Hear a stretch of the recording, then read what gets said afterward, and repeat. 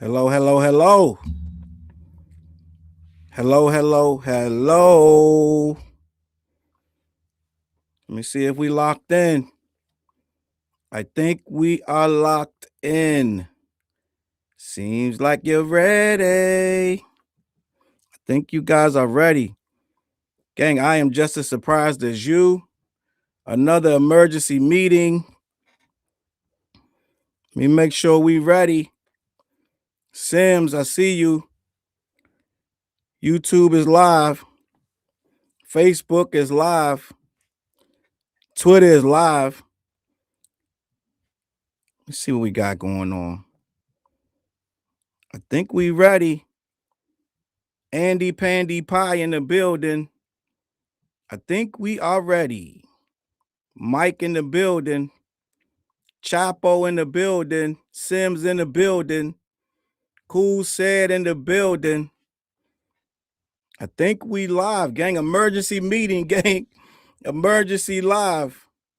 Super Bia in the building. Listen, Mem, I see you. Listen. It's an emergency meeting, gang, and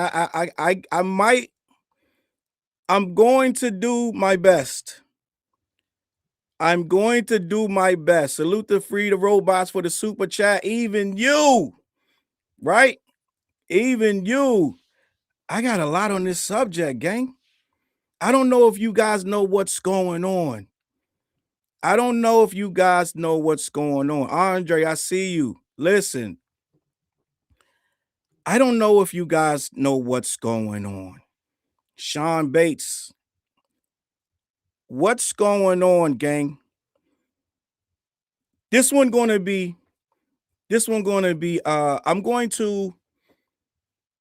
I'm going to probably ruin my chances of being in any complex power rankings in the future, but I'm not going to do nothing that's going to lead to that. It might just happen organically. But gang, listen to what I want to tell you right now, what's going on. Salute to the people coming into the chat. This is a surprise. I don't know what to call it. It's an intervention, right? And if you how it sound out there, let me make sure before we get rolling. Okay, we can hear me and all that good stuff like that there, right? Gang, is so much going on. Now, what I am going to do is be fair. I'm going to break down. They have a list, and it's so much going on. But there is a list of 35 hip hop media power rankings. I'm going to speak on every single one. I'm doing all 35. Tiffany, I see you. All 35. King Joe, I see you. All 35. I'm going to read the explanation of why they were put there and what their response, because all of them have a response. Complex is doing what Complex does. Salute to Complex, gang. I'm going to be honest. I don't know if you saw the list, but to keep those that don't know what's going on out of suspense, it's going to end with this guy as number one. The number one hip hop media power broker is DJ Akademiks on this list. Now, that is indicative and not indicative of the entire list, both at the same time. Two things can be true. Akademiks is number one on this list, and this list is what it is, okay? So we got Neon. Before we get started, head on over to my guys, blackyeti.com, right? Head on over to my guys, blackyeti.com. Let them know who sent you. Okay, they ship all over the continental US. All right. Now, we're going to have a conversation because, again, if this shit start going in and out, let me know if something wacky starts happening. I got water in my cup too. It's no intoxicating beverages right now, so you guys don't think I'm going crazy. Akademiks is number one on the list. Now, I have a lot to say about this list. First of all, Complex doing what Complex does. We understand that. But we got to understand that there is a shift. The culture is we're not giving people much to work with this culture. Let's just start there. All right. And first things first, Andy Pandy said Sean C was previously in it, but not this year. I want to say the exclusion of company man is egregious, right? If we're going to do something, where's company man? That's disrespectful, gang. Let's just be honest. Let's start there. I don't know why there's no company man, but I'm gonna tell y'all a funny story before we get started, gang. And you know me, you know who's on my ass most of the time throughout the course of the year. I could be writing about Fruit Loops, and the Drake fans will come in my comments because they're still hurting bitter about the things I say. I just spit the truth and I say my opinion a lot. And the Drake fans don't like it. Well, the funny thing about this gang, what they don't understand is, I'll tell you, they blunt force objects, and one of them came into my comments yesterday. I didn't even know about the list, gang. He added me to Complex Kirko, because Kirko's on the list, and Kirko posted up the list. And he said, all that Drake hating for you to be not acknowledged, right? He tagged me in the list. And the shit starts going up, and all these guys start jumping in it like, yeah, you ain't make the list, old man. I'm sitting there chuckling because first of all, I didn't even know about the list, right? Second of all, I'm like, dog, do you understand? You're promoting me to the list makers. You're putting me in the psyche of the list makers. So I don't know why you tagging me with Complex. They might not have even heard of me until you. Last I checked, the shit had 8,000 views. People liking it and commenting. He screenshotted he went in my YouTube, as they do. They type Drake in my YouTube search bar, bring up all my Drake videos, and then they screenshot that and scroll that, and they show that as proof that all I talk about is Drake, right? It's anybody can do that. Now, if you watch this channel, you know I talk about all things hip hop. I talk about a lot of shit. I just did a video on Finesse 2 times yesterday, right? I talk about Dame Dash, Umar Johnson, but to a Drake fan, he only comes around when he smells Drake. He only comes around when the bubbles start to popping, right? So he came into my chat. He came into my YouTube, screenshotted everything that I did about Drake and put it in. I said, gang, you just put me on the committee. I wasn't even thinking about the shit. Let's just be honest. So end of the day, this is how bonehead these guys are, but I digress. I just thought you would understand. I just thought you wanted to know that story because it shows you how absolutely ridiculous these guys are. Now, the thing I want to talk about with this list, right? And we're gonna be here for a while. Get you some, like, I don't know, some honey basted ham. I don't eat it, but you might love it. You know what I'm saying? Some rotisserie turkey, something to chow down on, right? Lettuce, tomatoes with some mayo. I know y'all like, ew, mayo, right? It is what it is. Get you something to be here for a while, right? Wash it down with some Kool-Aid. End of the day, we're gonna have a conversation about this list. And the fact that what I'm gonna do is really be honest today. Before we get into the list, I'm gonna be honest. Hip hop itself ain't giving you much to work with. They've watered this thing down and got even the artists are unlikable. Like, we don't even like the artists. Like, most of the artists got flaws and all kind of idiosyncrasies that we just don't like, period. So end of the day, right?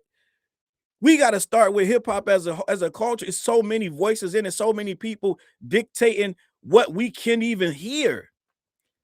It's so many people telling us what hip hop even is. I got another video I'm about to do because I just saw this thing on Twitter today.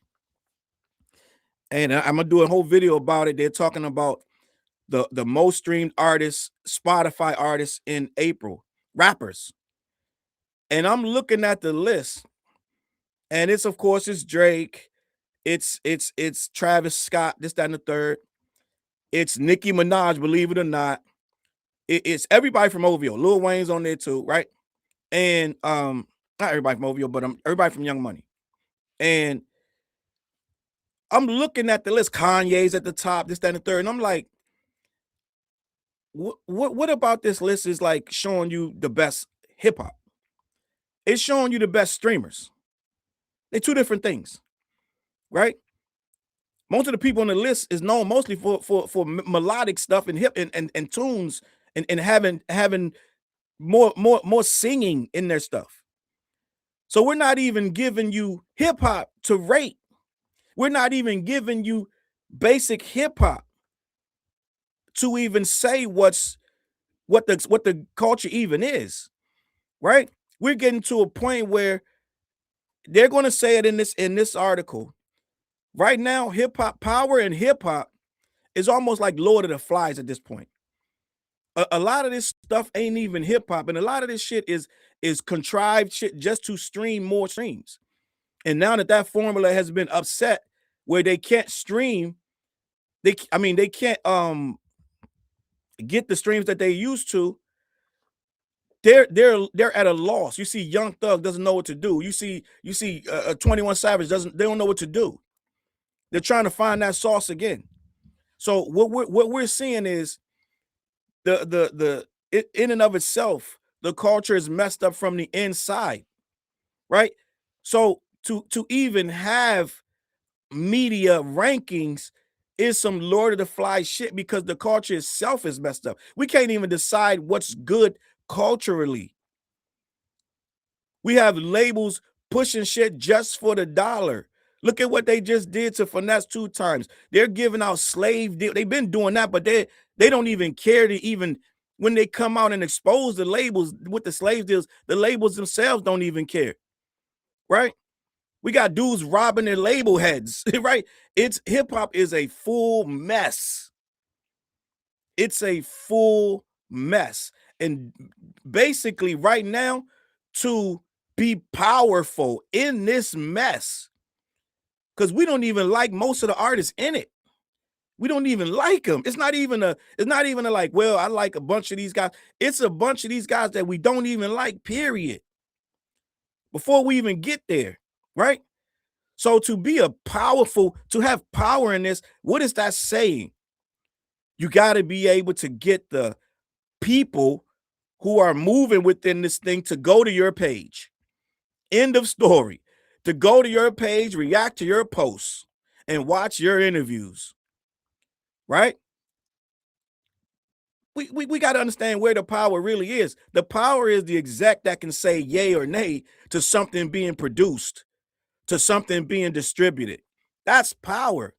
Back in our day, power used to be the exec or that really good journalist who knew how to pull out a really good story out of an artist that didn't want you to know much about him.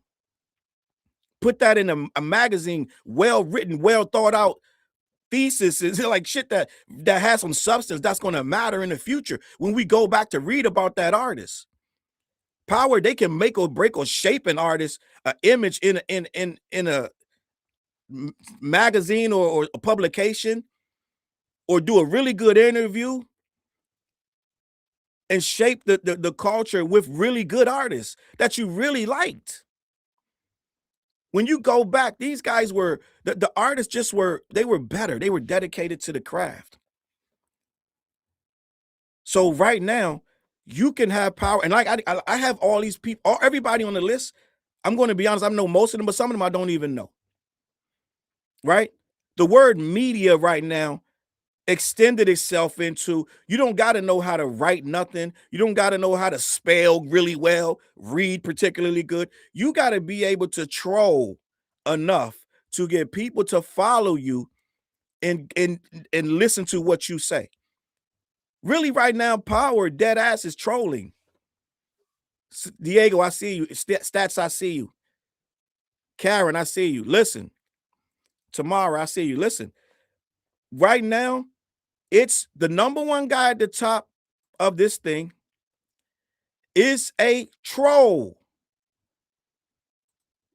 We got 35 names on here, but the number one name on this list is a bona fide 100% troll. He didn't go to college for journalism, nothing, this, that, and the third, right? He does have a degree, but it ain't in communications or no shit like that, if I'm not mistaken, right? So end of the day, not saying you need a degree in communications to be a journalist or powerful media head, but Akademiks came in this game from 100% trolling. He's not explicitly acknowledged on any of this stuff. He goes off emotions and he goes off of things that he wants to be the way he wants to see him. He 100% is compromised, and he 100% follows one person with almost no pushback against that person. Yeah, he'll have the occasional Drake, I don't like it this way, I don't like it that way. But for the most part, he trolls that person and others, right? Let's just be honest. He does troll a few other people explicitly, like NBA YoungBoy. He did give us Tekashi 69. So it's a couple other people. Who was that before? Wasn't he rocking with Stitches at one point? Like just weird shit. Just like it is what it is. But we've seen Akademiks troll his way to what now is considered by complex media the #1 most powerful hip-hop media personality. What that means is power is the ability to troll and get reaction, right? And I'm not saying that everybody on this list is trolls, but I do say this: everybody on this list can get a reaction. And at that point, right? At that point, we're calling the ability to make social media react to you. And they're going to say it. I got all this stuff. I'm going to read it all. But that the power to complex media, no fault of their own. I'm just going to be honest. Complex is dealing with what we give them. Sad to say, right? Absolutely no defense of complex because they're rage baiting with these lists as well.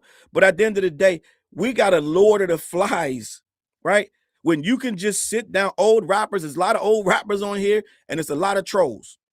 When you can just sit down, set up shop on a couch, put up a camera, get a cameraman, get an editor, and just start talking about hip hop and hip hoppers and topics about hip hop, and just say some outlandish shit, and all of a sudden you got power.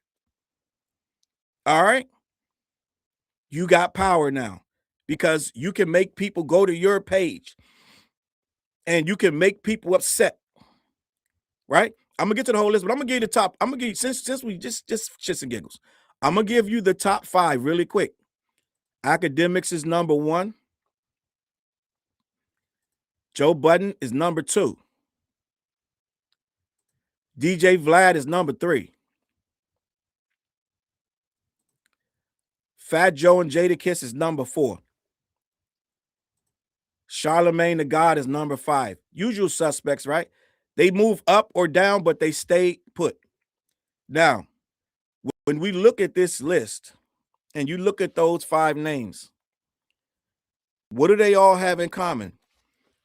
All of them have trended this year for saying something outrageous. All of them. Even Vlad. Remember Vlad said that he was approached by, what did he say, Rockefeller? Shook the whole internet for like 2 weeks straight. That's all people talked about. I told you. Not Rockefeller, Rock Nation, I'm sorry. I told you, Rock Nation. You will die, Rock Nation. Everybody went and ran with the story. Vlad told us he was trolling. People didn't care. They want to hear what they want to hear. And that's why I named this the absurdity of Complex's hip-hop media power rankings. Now, the thing is, it's absurd from the very beginning. They're working with sheer absurdity. The culture itself, for lack of a better word, is absurd in and of itself. It's absurd. What you're giving these people to rank is absurd. You got streamers on here. How does Kaisa not have any power in hip-hop culture? Right? What number is Kaisa not? He admittedly doesn't even listen to rap. And I'm sure they're going to explain it. But how does Kaisa not have power in hip-hop? You know how he could have power? Because hip-hop itself is absurd right now. Hip-hop itself is absurd. Not the culture. I'm talking about the actual media presence of hip-hop is absurd. So therefore, you have to count a guy like this as powerful. It's insane where we've come from in hip hop. And I'm not going to disrespect nobody, but I am going to have the conversation, right? Some of these people, rightfully so, deserve to be on here. But why is this guy on here? I'm sure they're going to explain it and we're going to get to it. But why is Neon in the conversation of hip hop?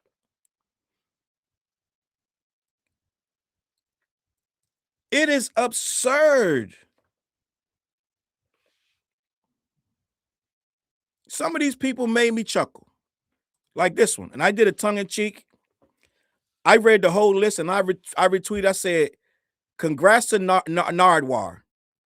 Well earned. Because it is funny to me. The absurdity of hip hop. This is where we are.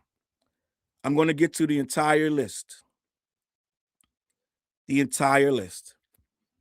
And when we start trying to say, okay, stuff like this, Ebro, we getting to a point where we're rewarding people for pissing off people in hip hop. That's power too, I guess. Okay, that's power too.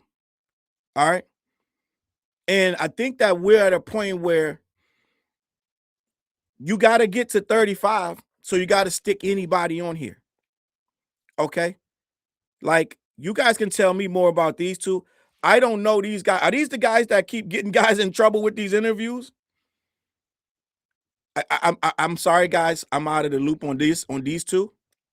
John Karamanika, right? And John C. and Joe C. Maybe they're the biggest thing in hip hop. I think these are the guys that got. Are these the guys that got what's homeboy's name? The big dude, the big rapper. The one that said he's not hip hop, he's not rap, he's not hip hop, he wants to be bigger. And did they get the white guy in trouble that went did they get Jack Harlow in trouble? You guys can tell me more about these two. Like I said, I know most of the people, but some of these people I vaguely know. Right? So the chat can tell me why they're number 16 on the power rankings. Okay? Are they the New York Times guys? Okay, I don't know.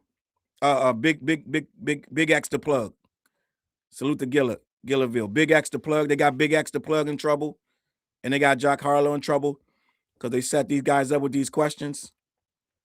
Big X the plug. So I don't know.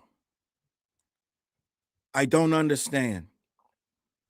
But we're going to get to it all.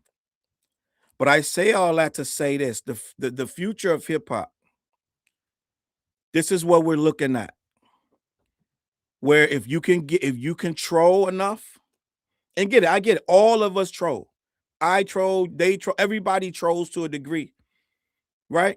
Everybody trolls. And troll, the word troll can be used in 1,000 ways, right? Gang, you're gonna think I'm lying. I'm gonna say this, and you're gonna think I'm lying. You're gonna get on your X and you're gonna go and you're gonna say, yo, Charles wasn't lying. Dionne Warwick is literally trolling right now. Yes, Dionne Warwick, that Dionne Warwick. She is on Twitter trolling Jack Harlow. Dionne Warwick. She put a post up, I think it was yesterday. A picture, and it's funny. It's funny. A picture of Jack Harlow in that hat. I think it was yesterday or the day before. And she said, another hat. That's all she wrote. Went viral.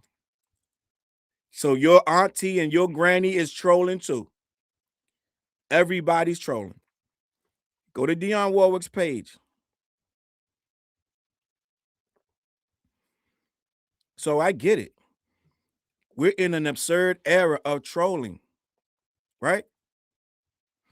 And Cameron said, y'all just tell me Aiden Ross is not on that list. He's not. But Neon being on there, he might as well be. We have a Lord of the Flies, and they're calling it the culture. Well, the culture is going to be there regardless. When all the social media stuff is over, and we start really counting and peeling back Was the culture really there? It's going to be there regardless.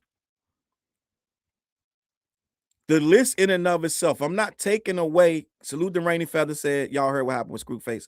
I kind of, but I don't know the whole story about the Screwface thing. Okay. Now, end of the day, there's a lot more people that could have been, should have been. Should have actually been a lot more reactors, right? Love them or hate them. No Life Shaq probably could have been on here because he does control the culture, right? Screwface could have been on here. There's a lot more people that could have been on here. This list could have went. Now, I don't know the ins and outs of the list of what it's supposed to be, but I am going to read. We're going to get into this list, right? And they're going to explain why the list is what it is. And we're going to, like I said, we're going to go through every name on this list. And it's not going to be a hate session. It's going to be a real session. We're going to talk about this, and I'm going to have an opinion on most of these people. But like I said, I don't really understand some of the choices. I don't understand some of the choices. And I don't understand why some of the people were left off. But let me read this and we're going to get a better understanding. Hip Hop Media Power Ranking. The 2026 edition of Complex's 4th annual Hip Hop Media Power Ranking is here. And in a year with no dominant stars and no breakout moments, the people shaping rap's conversation matter more than ever. Now, the people that wrote this, I'm going to give them their credit. Dimas San Fiorenzo, Jordan Rose, Rose Scarano, John Barles, Antonio Jari, Jelani Turner Williams, Peter A. Barry, and Will Shub. I'm gonna go with Shub. 1, 2, 3, 4, 5. That's eight journalists at Complex who made this list. And in Complex defense, which I know is just for more engagement, they do allow you to go over and remix it and vote and all this nonsense. So you could go over there if you don't like the order, and people are remixing it and voting and changing the order, this, that, and the third. Okay? So we're going to get to this, and let's just start by what they're saying the reason is for the list itself. Complex's 2026 Hip Hop Media Power Ranking maps who really moves the conversation. In a year with no dominant stars or overarching storylines, the media figures matter the most. The list now ranks not just individual personalities, but also platforms like the Art of Dialect. Complex also added writers to the mix. Power here means cultural influence who can spark and steer viral rap debates. That's trolling. It's a nice way to say trolling. Anyone on the list who is also asked to provide a temperature check on the genre, what they love about rap. Everyone on the list was also asked to provide a temperature check on the genre, what they love about rap right now, and what they hate. In today's attention economy, when some overarching cultural event arises, all of the vloggers and talking heads and op-ed writers and journalists eat. It's great for consumers because there's a nice mix of dominant vets and opportunity for new players to stand out. But what happens when there isn't a big story? That's where things stand in hip hop. The storylines of past years have gone cold. There's no new dominant star and no big singles or albums with true stand power. Last year's hip hop media ranking told the story of the old guard, podcasters, versus the new guard, streamers. In 2026, both groups broadened their coverage in response to hip hop's commercial slump and the lack of compelling narratives in the genre. There hasn't been a rap song in the top 10 since Drake's What Did I Miss last summer. Let me start there. So what they're saying is, we ain't got no big go-to guys. This is a fact. There's no, other than Drake and Kendrick and this, that, and the third. It's only a few guys that really can get conversation going when you start talking about the Jay-Z's back now. You can move a needle with him, Kanye to a degree. But like I said in the beginning of the video, most of these guys are unlikable. Most of these rappers are unlikable. And most of these rappers are divisive. I can't name one rapper right now that won't divide this chat up in half. So there are no, for the most part, there's very few guys that's going to get. I could probably name you tops 5. I could at best out of hundreds. I can get you probably 4 or 5 rappers that everybody in the chat can say, oh yeah, da-da-da. Nas being one. Right? Nas being one that the consensus for the most part, still gonna be some hater from the back. Fuck no. Somebody gonna come and not like him, right? But for the most part, Nas has kept himself out of the media fray. He keeps himself winning, and he doesn't try to troll or do nonsense, clicking like and just being in the way. He stays out the way. But for the most part, these rappers are unlikable, and they're hard to digest. Because they've rubbed most of us. Snoop, a lot of these people rub somebody the wrong way, this, that, and the third. Okay, so when you're trying to be in this media space, you're usually coming out with an opinion about that rapper. If you're really being real about this situation that we got right now, this media, for lack of a better word, situation. So we are forced now to say, okay, there's no artists that can move this needle like we used to see. So now we got to look at the so-called media, the influencers and the social commentators. Those are the guys with the power now. And what do we call in power? Being able to move the needle with these conversations. Trolling. We're trolling. So they're saying that the streamers can move the conversation. Right now, I just saw on the Joe Budden, I just saw a clip about the Joe Budden podcast discussing, would you rather, I believe it was Joe Budden podcast, would you rather, if you had a brand new artist, would you take him to a podcast or a streamer? And right now you have to really think twice, because the streamers move the needle too, to a degree, depending on the rapper or the type of music you're doing, right? So end of the day, we have to consider what they even used as metrics now. And what Complex is saying, like it or not, the metrics are given to you based on a media personality who can get conversation going and trigger shit. Let me continue. To acknowledge the changing scene, the 4th edition of the Complex media list includes some new wrinkles. Water in the cup, gang. Let's start with eligibility. In the past, it was only individuals and collectives being ranked. This year, platforms like Art of Dialogue are now in the mix because their impact is impossible. So they must have missed the word right there, but it's impossible to deny. Art of Dialogue does move the needle.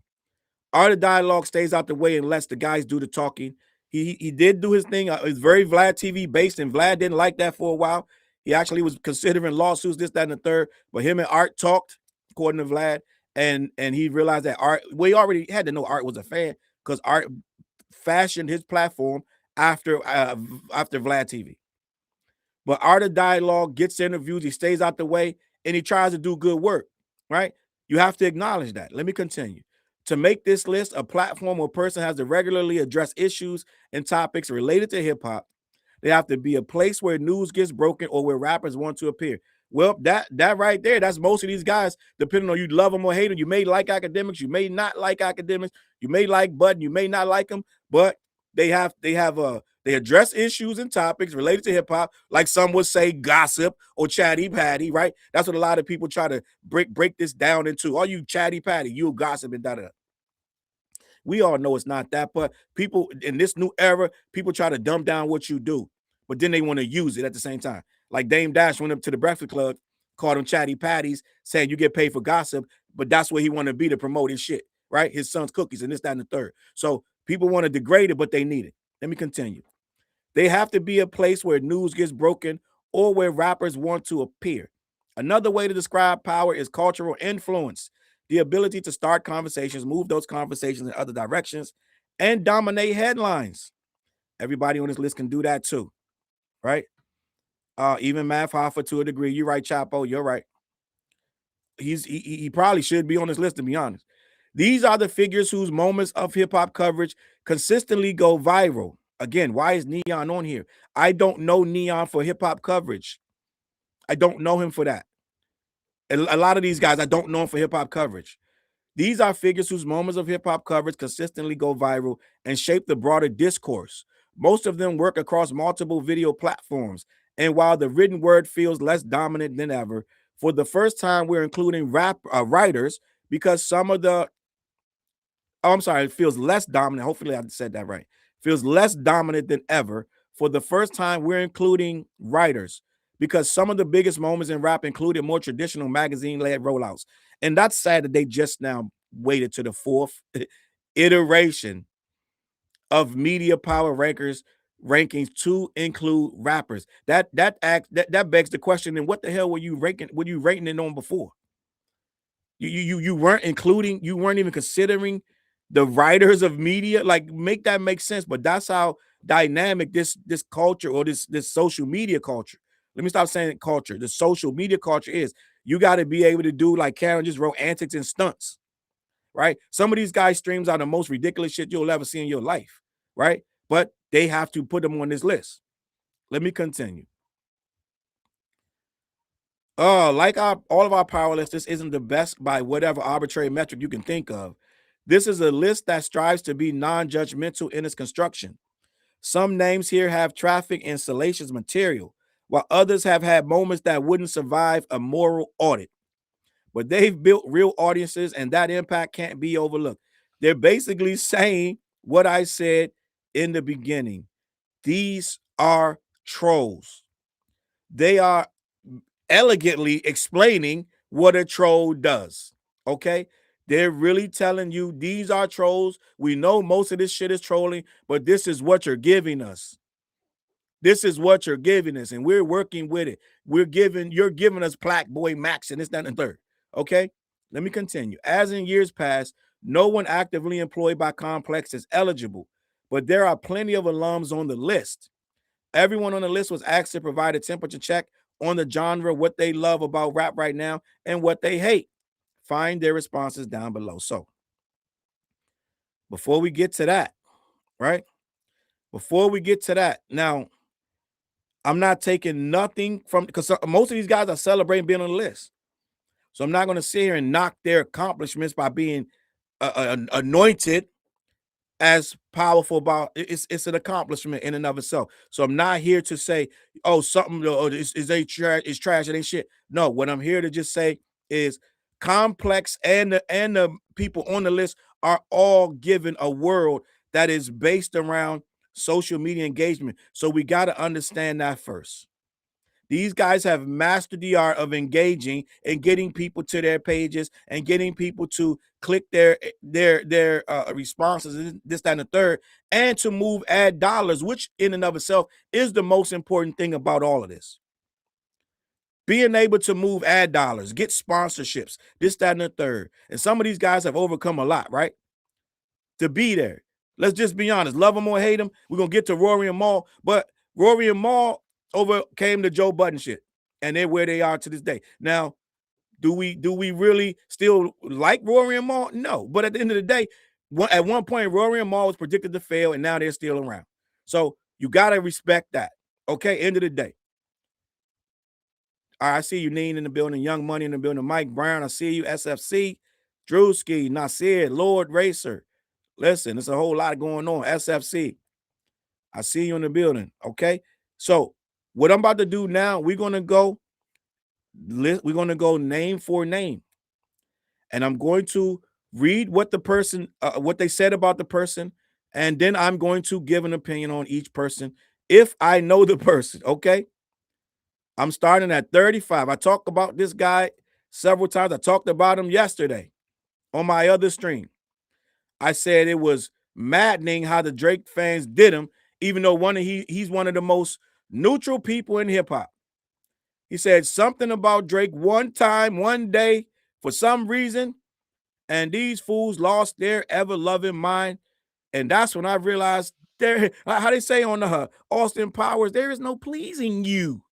You can't please him, so stop trying. Rob Markman, and I've been saying this guy's name wrong arbitrarily for months. I always say Rob Marksman. Guys, it is Rob Markman. Stop with the S's. Stop adding the S's like I do. I'm the same guy that been saying Joe Buttons. I used to say that for years until guys get in the comments. Bro, stop saying Joe Buttons. Adding S's. All right. So we're gonna have a conversation. Rob Markman, he wasn't on the list at all last year. He's featured on Genius, Just My Thoughts, the best interview ever. He's known for top-notch interview skills, integrity as a pundit. 91,000 followers on IG, 54,000 on YouTube. Fans might know Rob Markman for his work with Genius, where he serves as VP of Music and Content and has done interviews with figures like Lil Durk and JID, but the media veteran has done an excellent job building his own platform. Just My Thoughts is where he regularly stirs the pot, whether it's breaking down Aiden Ross, rolling hip hop, or doing a historical deep dive into Jay-Z, Mace, or responding to Drake subs. One thing he loves about rap right now, I love watching this new crop of artists forge their own paths. Artists like Ben Riley, Samara Sin, Win, Chris Patrick, Ray Vaughn, and Marco Plus. Those are just a few names. I remember when he had that conversation, he was saying, I'm one of the people that supported Marco Plus, da-da-da. They came at this guy for a lot of shit last year, gang. I'm just gonna be honest. They tried to say when he did when he covered the underground cipher that he don't cover underground. He had already promoted the guy. One of the guys snapped on him. It is what it is. These people get funny when it comes to getting their name out there. All right. These are just a few names, but it's fun and inspiring to watch them create and lead hip hop into the future. What's the one thing you hate about rap right now? I hate the way hip hop has been infiltrated with paid agitators who run up fake streams and use bots to give the illusion of something real. I hate the toxic side of stan culture and fans who pit their favorite artists against hip hop as a whole. I can agree. I believe that all of that is true. Rob Markman has done enough work to be on this list. I don't have much pushback about Rob Markman, right? I'm in real time trying to correct saying Rob Marksman, but I don't really have much to say. I think he's done the work, and he's an accredited journalist to deserve to be on this absurd hip hop media power rankings list. So I'm going to give a salute to Rob Markman. I think he's done enough work in the culture. He's been around since Source Magazine, this, that, and the third. So he's not a troll just up there trolling. Okay, I would say that's a credible pick, and I have no problem with it. Okay. Let me continue. Rob deserves way higher, according to Andrea. Rob's biggest interview is with Kendrick, who were random names to justify a lower ranking. Let me continue. All right. So the next person on the list, IamDontai. Gang, I'm just going to be honest. I think I just heard IamDontai, I think about a month ago, of who he is. I have almost no knowledge of who IamDontai. Is this the guy who did the intro for Baby Keem? I think he did the intro for Baby Keem. I am not sure. I just found out about IamDontai. I think he did the intro for Baby Keem. But let me read this. IamDontai. He wasn't ranked last year. He's featured on I'm Still Dante. He's known for comical reaction videos and reviews. He has 2.9 million followers on YouTube, 2.1 million on Twitch. In a world of clickbait nihilism, there's something wholesome about IamDontai's reaction videos. Now 33, he's grown into young OG status, giving fans the verdict on every major album drop. From Yeat's double album, I am not a fan, to an epic 3-hour rundown of J. Cole's The Fall Off.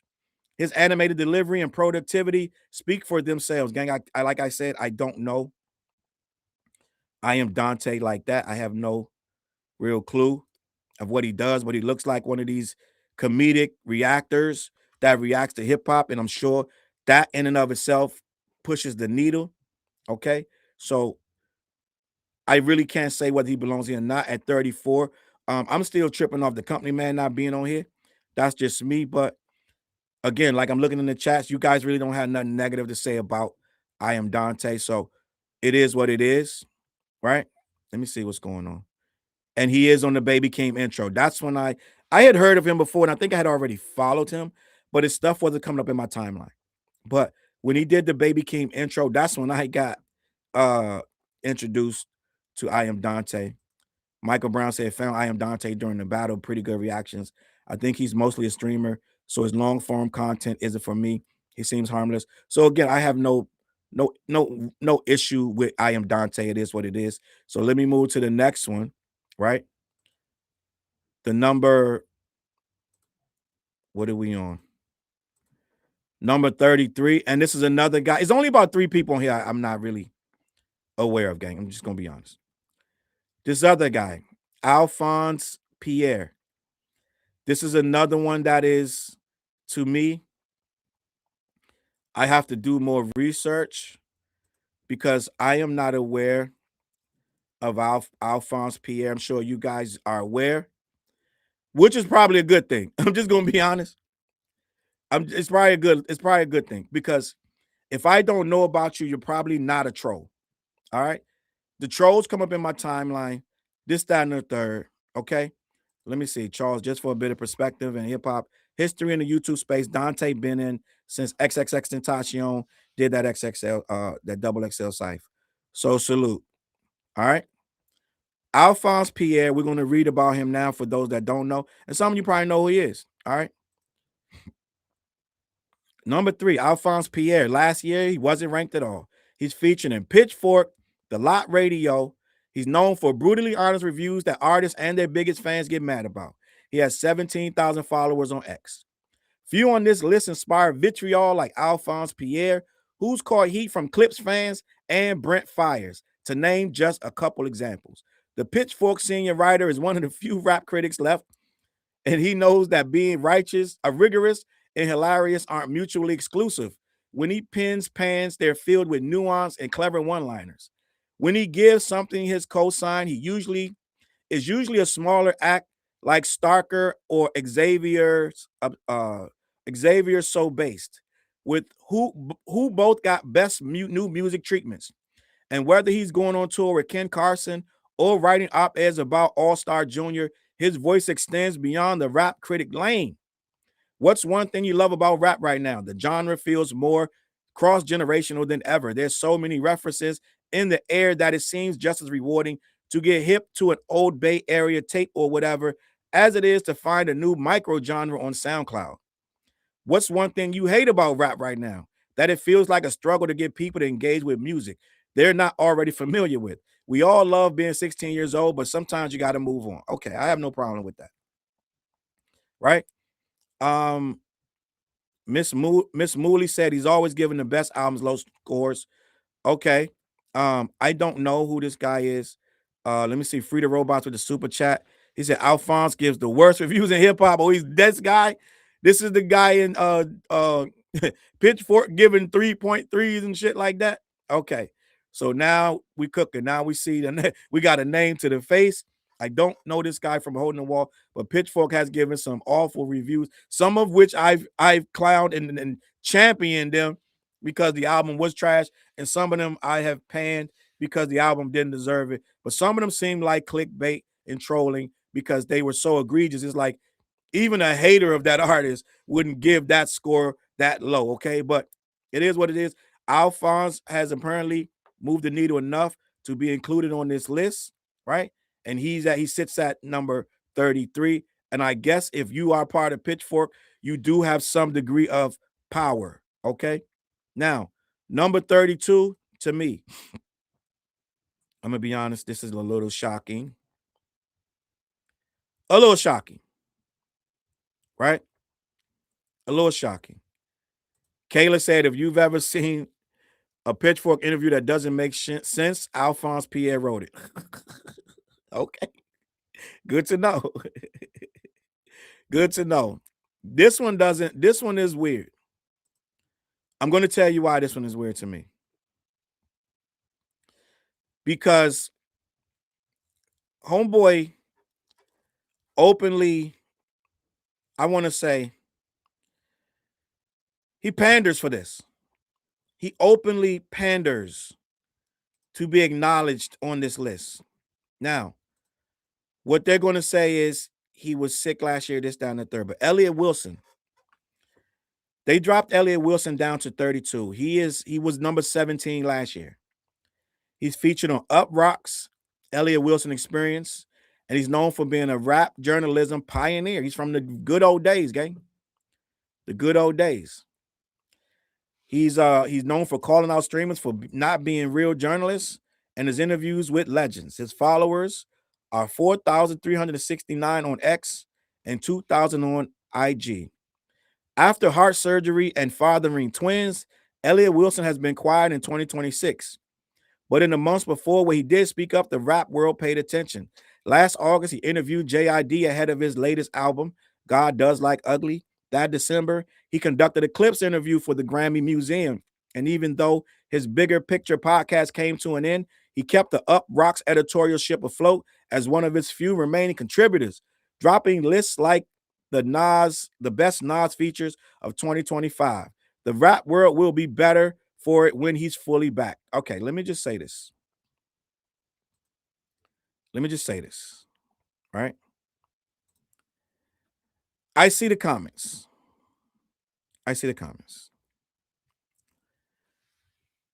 Elliott Wilson, to me, gang, and I said I'm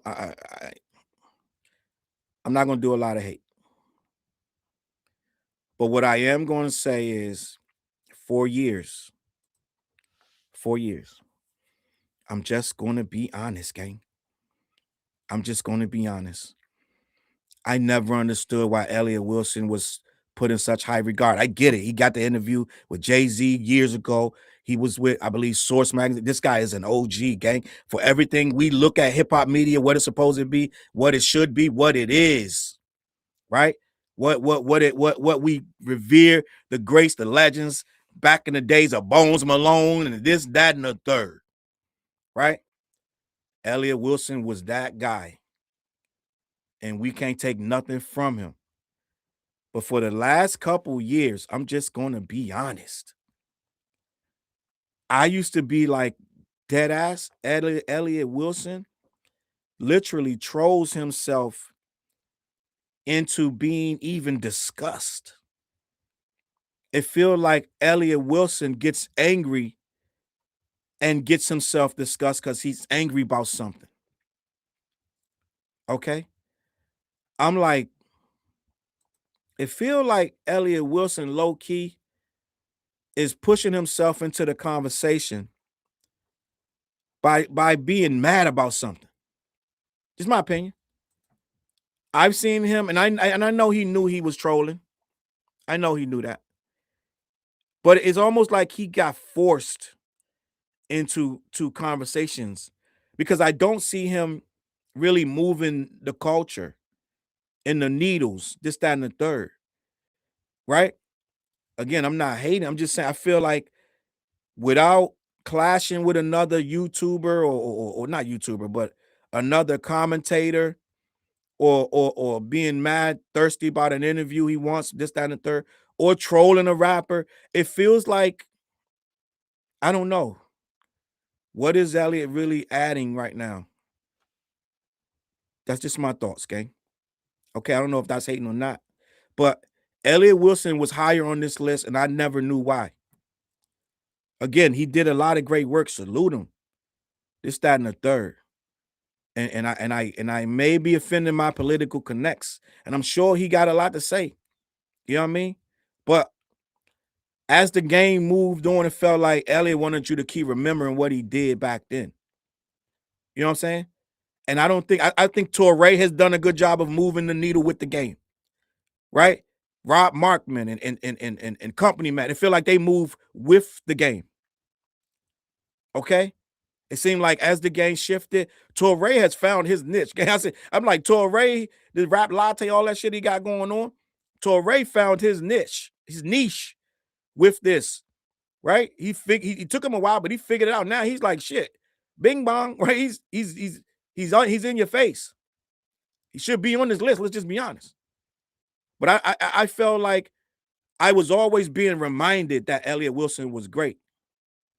Just gonna leave it at that. I'm just gonna leave it at that. All right. I'm not saying he's not great, but it felt like, okay, then just be great. Right? Stop telling us you're great and just be great. That's it. Maybe I'm wrong. Maybe I don't know enough about it. Right? Maybe I don't know enough about what he been doing. But it looked like me and him got the same amount of followers on X. Just gonna be honest. Okay? And I'm gonna leave it at that. So let me keep continuing. Let me continue down the line. And I understand that some of these things I say shouldn't be said. Like, if I'm gonna be in the same space with these people, shouldn't say these things. Okay, I get that. I get that. Like that Drake fan that told me earlier, he said, "You wasn't on the list, gang." I didn't know why. It's okay. I'm okay with it, right? Some of this stuff I shouldn't be saying. But let me continue. I wish I could help it. Okay, it just comes out. It just rolls out. Blah, right? Just comes out, gang. I look at it later. I watch this shit later. Be like, damn, Charles, you really said that shit? You a wild nigga. All right. So right after Elliott Wilson, I'm going to admit I don't know Underground Sound. I'm going to check them out now. I may be already following them. I don't know them for this particular situation, for being powerful media. I'm going to look into them now, but I don't know Underground Sound for being a powerful media outlet. They sound like they right up my alley, right? They sound like they right up my alley. Hip hop shit. Keep complaining about ain't nobody covering hip hop. Well, there you go. Number 31, Underground Sound. I'm gonna give Complex some credit. They put people on here. Some of these people belong on here, right? Some of these people belong on here. I'm not saying everybody got to be like this, but some of these people belong on here. Number 31, Underground Sound. Last year's ranking, they weren't ranked. They're featured on Underground Sound. They're known for all things the modern rap underground, whether it's news, memes, or ciphers. They have 25,000 followers on IG, 93,000 followers on X, and 48,000 followers on TikTok. Underground Sound is the largest page dedicated to what's become known as the rap underground, which is not underground of 15 years ago. Fueling real-time updates on the newest talent with a meme-driven edge. Underground Sound is a launching pad for emerging artists, pushing names like Netspin and Ease the Kid. These ciphers have become a proving ground, effectively filling the role of Double XL's freshman freestyle, giving new names like Benji Blue Balls, Teasers, and Diamond, and Too Smiley their own viral moments. What's one thing you love about rap right now? Jacob Cavalier. He's the founder of Underground Sound. How fun and entertaining the underground can be. Running UGS feels like a fever dream sometimes. There is never a boring day on the job. There's always something new or exciting happening, and it's a blessing to be covering the scene the way we do. It's so fun, interesting, and funny. I love it more than life itself. What's one thing you hate about rap right now? The negativity. A lot of underground fans seem to be a bit depressed and take out their anger on artists in comment sections. It can be a very toxic and negative space sometimes. Life's too short to be miserable all the time. Have some fun with us. He's right. It is negative. It gets crazy. And it does get weird. And a lot of people are bitter, negative, and are miserable. And as a culture, we do take that out on artists. But at the end of the day, somebody still push the underground. That's my kind of shit, right? And when I see an outlet on here that is actively giving people a space to perform and do their thing, this, that, and the third, I gotta applaud them. So I don't know. I've never heard of Underground Sound, but I will be checking them out in the future. And salute the Complex for putting them on here. All right, we gotta give props where props is due. We hate on Complex, but they could have left this girl. One of them 8 people in that room said, "What about Underground Sound?" Right, and they kept fighting for him, so they got him on there. All right. Let me keep it pushing. The next one is apparently, let me see. I think it's DJ Head. Salute to DJ Head and Gina, right? DJ Head and the beautiful Gina Views. Salute to that queen, right? And I'm going to be perpetually, let me just say this. I'm going to be perpetually, I don't know if the word is sorry, but I regret what, because back in the day when I went head went gang, it was emotional time. That battle was we was on edge, gang. We was on edge, gang. It was touchy, gang. It was touchy. We was very, very so we wasn't having it. And when Maul went and recapped the battle with Head, and I felt that Head didn't take it seriously enough, gang. I did 2 videos on this shit, not one but 2. Salute the DJ Head, but I will say that I got a little what's the word I'm looking for? Like company man says he said incendiary. All right, company man. He said, Charles Brown, I like what you do. You're incendiary. So I got a little incendiary with DJ Head because how he was going at, he let Maul control that damn interview, that damn recap review. I had an issue with it, and I got a little incendiary, okay? So I respectfully, Head, you my guy. You still my guy. Head, because Head had put in he commented on one of my things, put some laughing emojis on one of my shit one day in my messages, right? Because I was calling Drake the bubble bath rapper, right? But I love Head. I love Gina Views. I love their energy, their passion. I've shared a couple of their podcasts, effective immediately. So again, that's water under the bridge, right? It is what it is. I felt the way, but I'm here to say it is what it is. I fuck with Head. Love Gina Views. But let me continue this. Last year's ranking, which was 16, it only had DJ Head. They're featured on Effective Immediately. They're known for their humorous and engaging interviews with a strong knowledge of West Coast rap. They got 23,000 followers on IG, 41,000 subscribers on YouTube. On Effective Immediately, DJ Head and Gina Views continued their momentum, giving their hot takes on Cardi B versus Bia, welcoming the Clips back after their 15-year hiatus, and allowing LaRussell to address his controversial Lil Wayne remarks and backlash surrounding his heaven sent moment, which made no sense for him to go up there if he was just going to stand on it and double down. So LaRussell went up there and embarrassed himself even more, had to delete all his goddamn social media. Okay, so most importantly, the pair's chemistry is strong, with Head's veteran media presence intersecting perfectly with Views' up-and-coming authenticity. What's one thing you love about rap right now? DJ Head, the potential for how far the culture can take it. Rap is a skill, hip-hop is a lifestyle, and it's still the most impactful in the world. Gina Views, I love the balance of nostalgia and evolution happening in rap right now. It's become a space where multiple generations can coexist and thrive on the same stage. Millennials are being sampled by Gen Z artists. Legendary acts are rapping like Rennes do, and newer artists are finding innovative ways to push the culture forward. It's a moment that honors the roots of hip-hop while still making room for fresh sounds, new perspectives, and creative risks. What's one thing that you hate about rap right now? Head said, what I hate has little to do with the artist and more to do with the infrastructure for it. Respect for the craft is low, and the humans who are the loudest about it typically offer no nutritional value. Head is a thinker, and he said that correctly. I agree with that. The loud people don't know what the fuck they're talking about. Gina said, I don't like rappers who don't rap. Okay, she kept it simple. Wasn't no whole long PR statement. Respect to the queen. Respect the Head. Listen, keep doing your thing, guys. And I think they're gonna be a real problem, gang. I'm just gonna be honest. Head gave a great answer. Let me see the chat. He wasn't wrong. You spoke on Fantano. I didn't get to Fantano. Yeah, he's way down the list. Free the Robot said, even you, clown. Let me move. I got this chat up here. Let me see what's going on. Great answer, Head. So check him out, man. Let me see what we got. Shit. I only did 5 and we an hour down. All right, let me keep this pushing. Diego said facts, Head. All right. Lord Racer said, one thing I don't like about Head is his relationship with Gavin Newsom, and that's politics. Okay. Let me see what else is going on. I'm just checking the chats right now.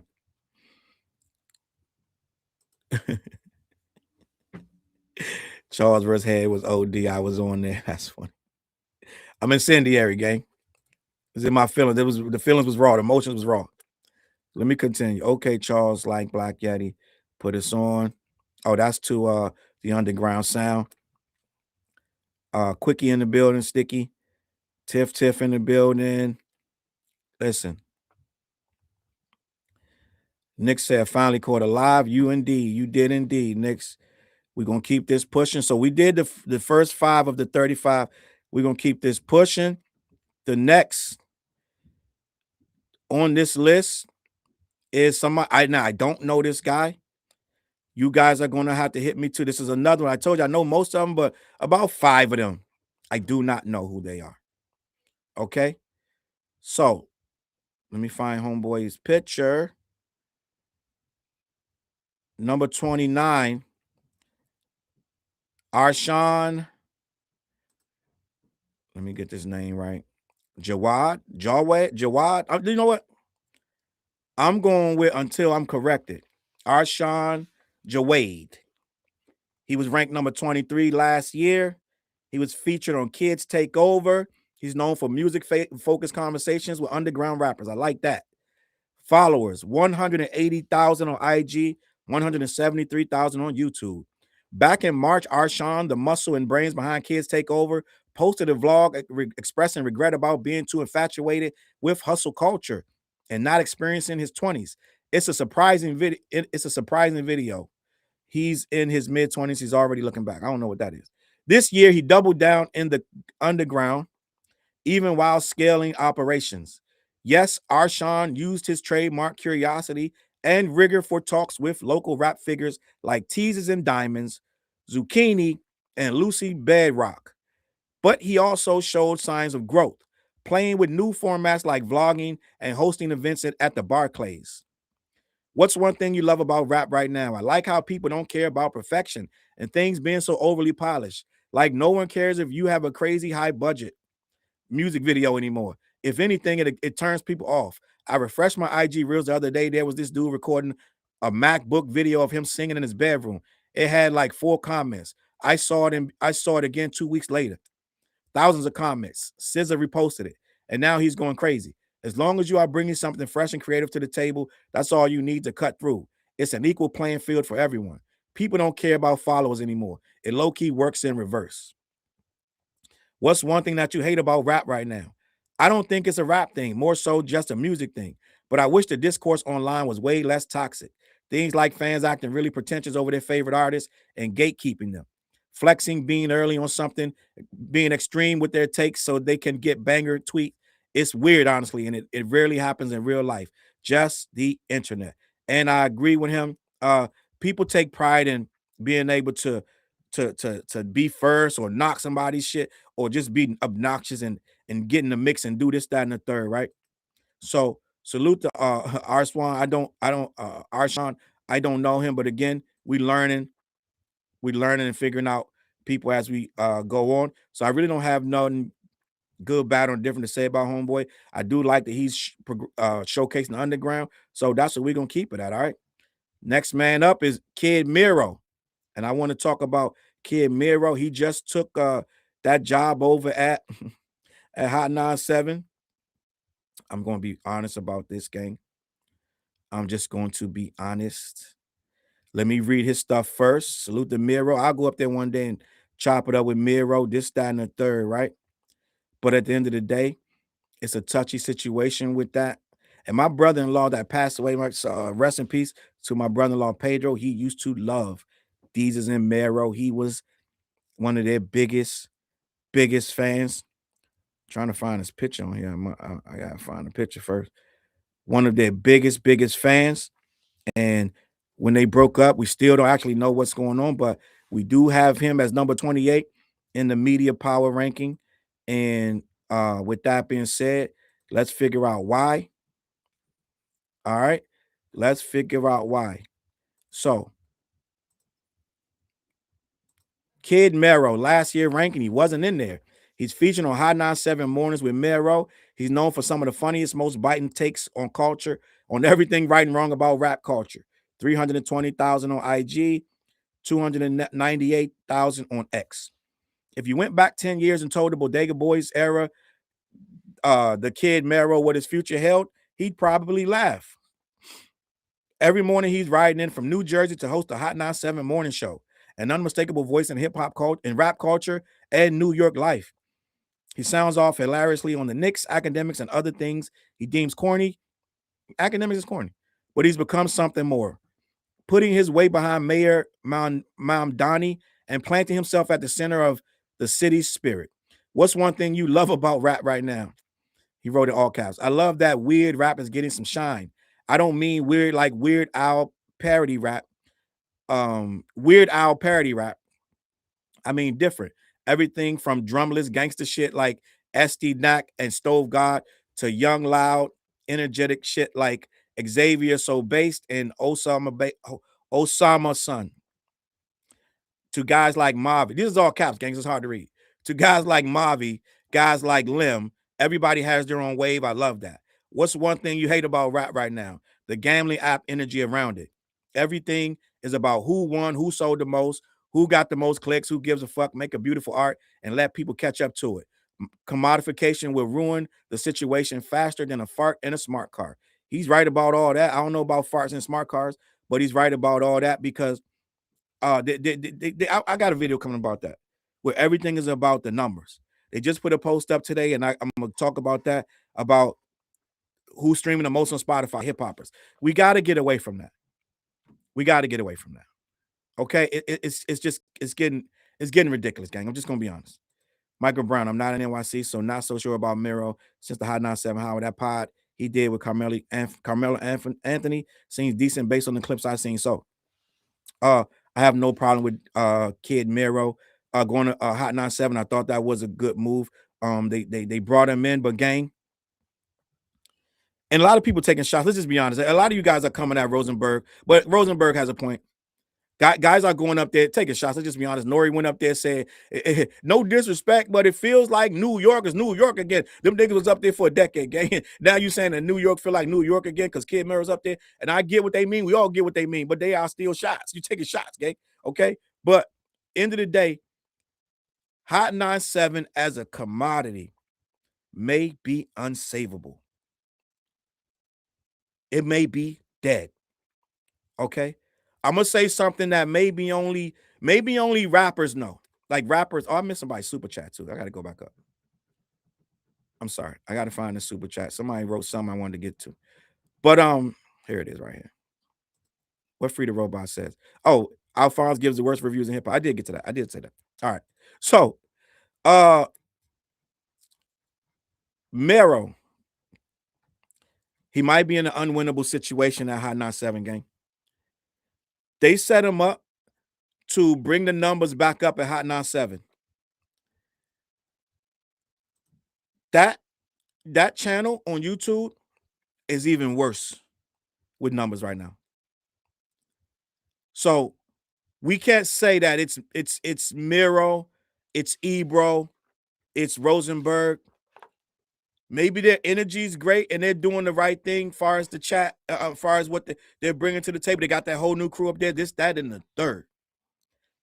And you can correct me if I'm wrong, gang. I might be wrong.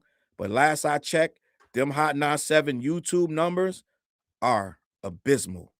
They're awful. They're worse than when these guys was up there, if not the same. Okay? Now, like we said, they're going to have to take time to build it up, just down the third. I think Hot 97 is dead. Radio's dead. And like I started to say, this may be something that only rappers understand. It's like trying to go back to Reverb Nation and post your music up there and get people to hear it. Put your music back on MySpace and get people to hear it. It's waste of time. It's dead. Now, I could be wrong about Hot 97. They could be popping all over again. I don't know. But it feels like Hot 97 might be cooked as a commodity. And I think Miro might have been set up for failure. It's not his fault. There is absolutely nothing he pretty much can do to keep that thing afloat over there if they're looking for YouTube numbers. I mean, there's stuff he can do. Interviews could help this, that, and the third. But it doesn't feel like that is going to be a real major move for Mero, right? And salute the PNW. PNW said, I still listen to the radio station. A lot of people still do. When I get in my car, the radio comes on, right? Automatic. I can't even stop it. You know what I'm saying? Automatically. I can't even stop it, right? So, end of the day, it might be that it's just dead, right? FSC said that Reverb Nation analogy. I was talking about this to Fliz the other day. Reverb Nation used to be the #1 place to put your music.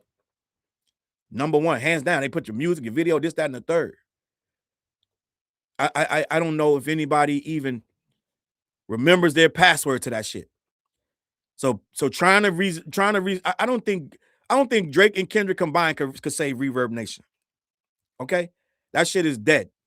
So maybe Hot 97 just dead too, right?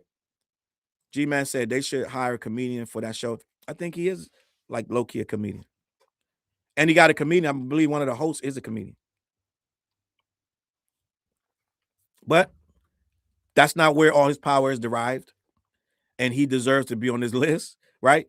For lack of a more context of what's going on, right? Does radio still get ad dollars? Yeah, radio still gets ad dollars. I think artist royalties from radio still trump streaming. It's an interesting medium in this area. Yeah, radio still gets ad dollars. That's 100% a fact, right? So it is what it is. Neen Fields said Rob Marksman needs to be moved up. I agree. Okay. End of the day.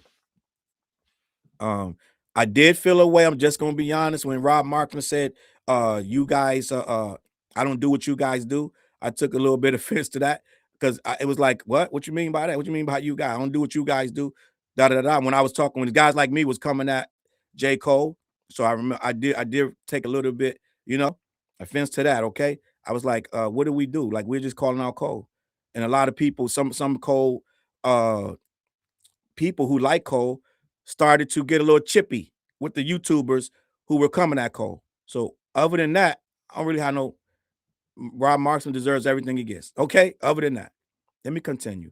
Mero has some good interviews with Rob Marcy, Earl Sweatshirt, Mike, etc. that they put on YouTube. Ebro and them weren't interviewing folks like Rob Marciano, and Mero just got on there. He's right. He's right. So, with that being said, he's doing it with the real artists that people want to hear. But at the same time, the numbers aren't coming back. And I get it's going to take time. They're going to give him a little bit of time, but they're not going to take years to get this guy where he needs to be. They might, but I doubt it. So I think Hot 97 is looking for an immediate bump, which they're not getting apparently. All right. Let me continue. But I digress. That's Kid Mero deserves to be on there. He's a power player as well. Okay. And I'm not saying he don't belong where he's at on the list. Okay. Let me keep this push. Number 27 is Art of Dialogue, right? Art of Dialogue has been grinding for a while. We've been seeing Art of Dialogue.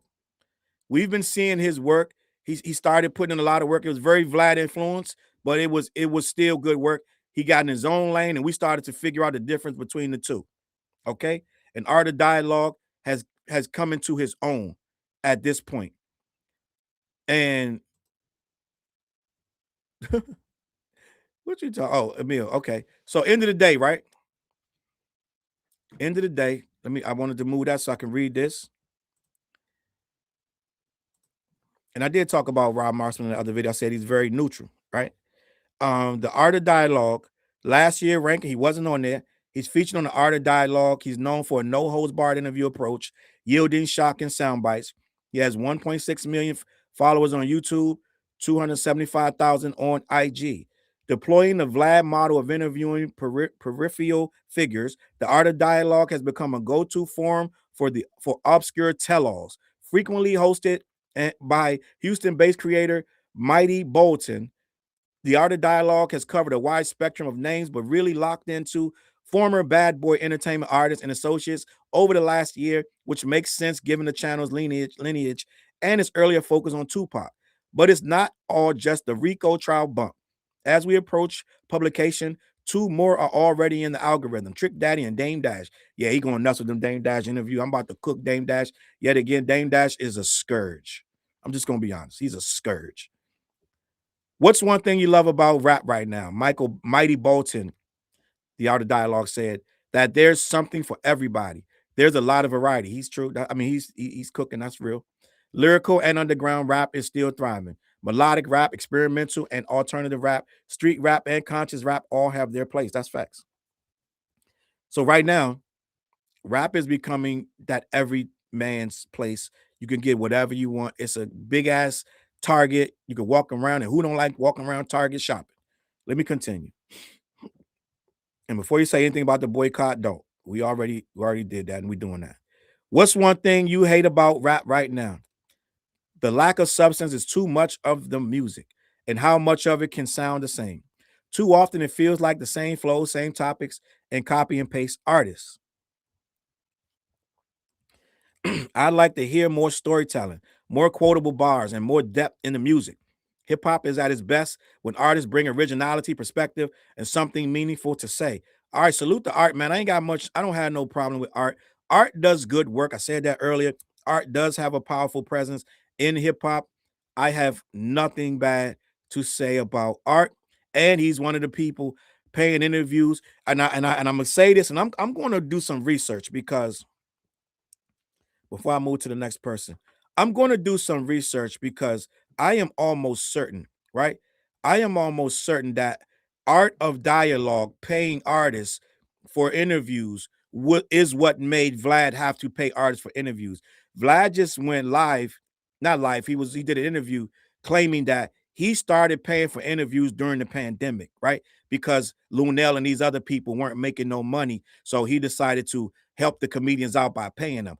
I'm almost 100% that is history rewriting because I remember Vlad saying that you don't need to pay for interviews. I remember that. And I remember him being forced into paying for interviews. And I believe that was due to Art of Dialogue. If I'm rewriting history, then y'all can tell me, but I'm almost certain I remember the dialogue on Twitter was people coming at Vlad saying they were going to stop going because he wouldn't pay. And now Vlad is making it like he was the first person paying. If I'm wrong, gang, I'm wrong. But I'm almost certain that Vlad was forced into paying these people. But like I said, I'm gonna have to do some fact checking of my own. Okay, we're gonna get into that at some point. All right, end of the day. But let me keep this pushing. Okay. Next up is Jim Jones, brother Jim Jones. The good brother Jim Jones just ran out of gas. And let me just say this before I move forward with the Jim Jones situation. This just on a personal note, right? This just on a personal note. When I saw Jim Jones walking for that gas, right? When I saw Jim Jones walking for that gas 2 weeks ago, he got out of his car, he ran out of gas, and he walked to the gas station, right? Um, he got to the gas station and he gave the guy a container of gas, a gas container. And the guy said, which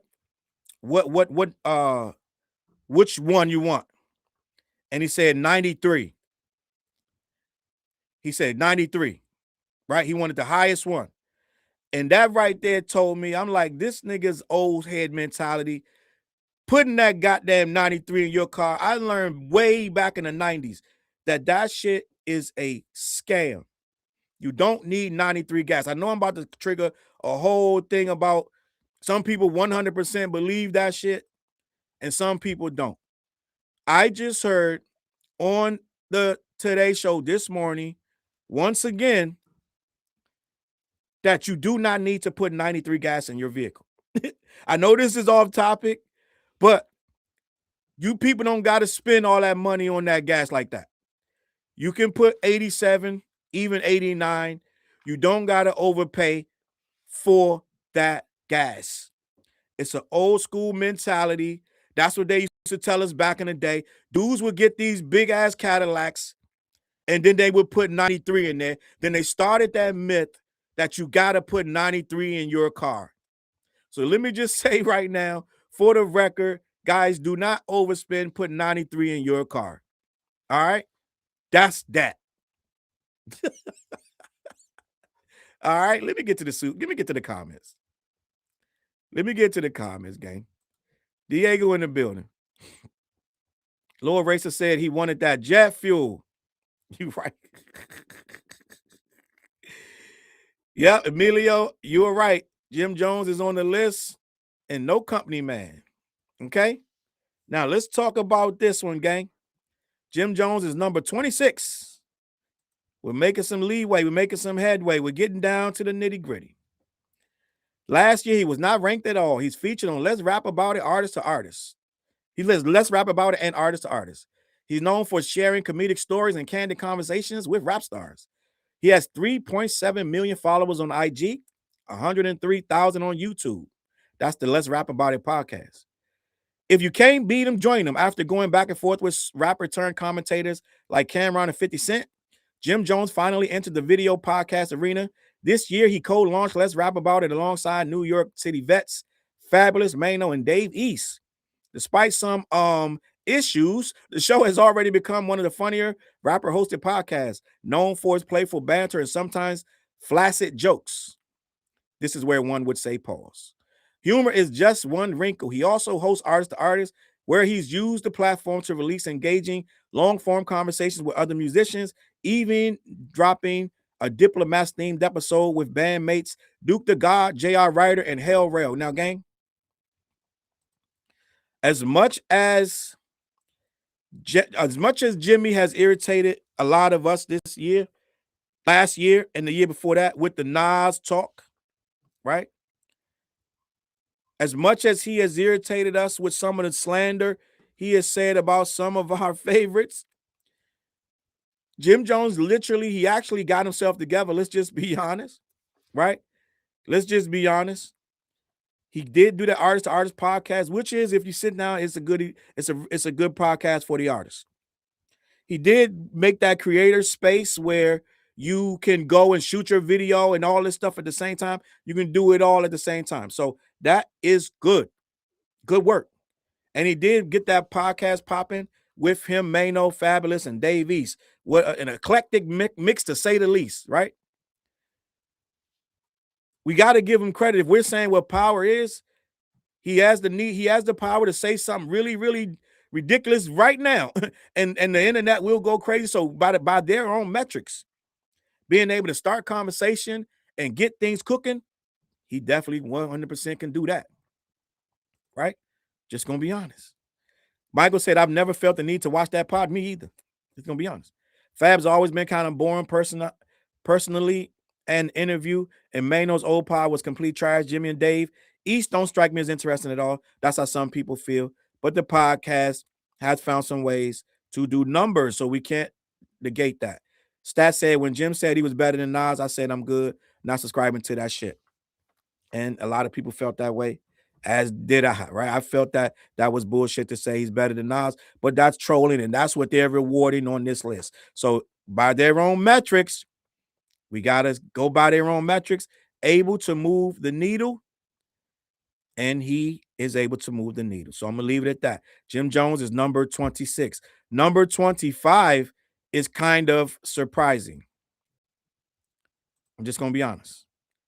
Number 25 on this list is kind of surprising. He's been bumped down. He's been relegated to a lesser place on the list. And I don't know, we could say it's rightfully so or not.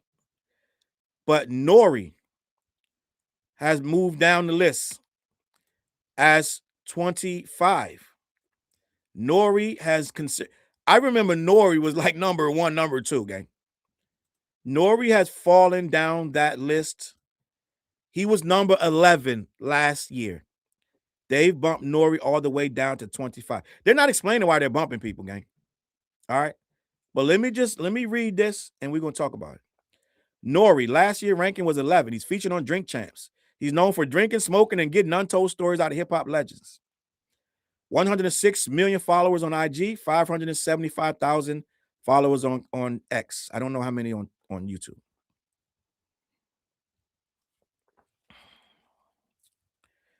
This year, Drink Champ celebrates its 10th anniversary That's 10 years in the game. No small feat for podcasts. It is now part of a suite of shows in 2025. Nori launched Memphis Bleak's Rock Solid podcast and a timepiece focused series called Watch Stalkers. But Drink Champs remains the flagship. Over the last couple months, he's hosted memorable conversations with Max B and French Montana, BG, and Sway Lee, among others. Old school icon Fab Five Freddy stopped by during the promo tour for his memoir, sharing memories of young Nas and Basquiat. An episode like that doesn't become hyper clipped, news making conversations starters, but preserving history, giving flowers. These gestures matter too. So they're kind of themselves saying what he did was great for culture, but it wasn't enough to keep him in the top 10, 15, which is sad. I always remind you guys about what Irv Gotti said because it infuriated me. He was trying to implore Nori to bring in younger artists, and that infuriated me. He was arguing that Nori should have young rappers on. And the reason it infuriated me is because they have no story. This show was created for us, the old heads. He put DMX, Fat Joe, and all these other old guys. We ran to it like moths to a flame. There is still something to be said for the older generation, the elder statesmen. We are still alive for the most part, and we want to hear these stories. And these stories are so engaging, it brings younger viewers in. And Nori has a way of bringing that out. So what we were seeing was one of a very this platform should not have worked under any circumstances. It worked beyond a shadow of a doubt, and it became huge. And people like Irv were looking at it as a way to put the new artists that they're trying to pop on. That infuriated me. Okay. And look what happened when they brought Kodak Black on there, who had no business being on there. He came in, skied out of his face, embarrassing himself. And that's the young generation. Not saying all of them, but they don't have enough respect for it to come in with a story, not skied out of their face, right? Before they even get there. And you might say, Charles, Kodak has other problems. I get that, this, that, and the third. But at the end of the day, that's what we got to look forward to. Kids coming up there with no real story, high as hell, using the platform to get more kids to watch them, right? What I'm thinking is, what happened with Nori, why they're dropping him down. For one, he is doing a lot of older people. I saw some interviews on there of people that I really wanted to watch, but they weren't getting the same views that they used to. You can only go but so far, right? You can only go but so far interviewing old heads until you hit a brick wall where, okay, some of the old heads may not move that needle like they used to, but they still do numbers. But is an old interview with Nice and Smooth, right? Even though it's fucking amazing, right? Is an old interview with Wu-Tang, is an old interview with Eric Sermon going to go viral? Probably not. But at the end of the day, it's going to do what they started the show for. It's going to do what they started the show for. Give flowers and uplift the culture.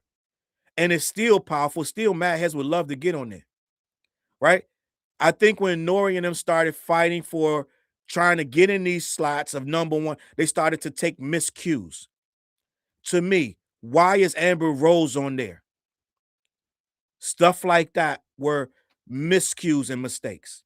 They just had somebody on there. They had about 3 or 4 interviews, I want to say, in the last year, where you kind of were like, why is that person on there?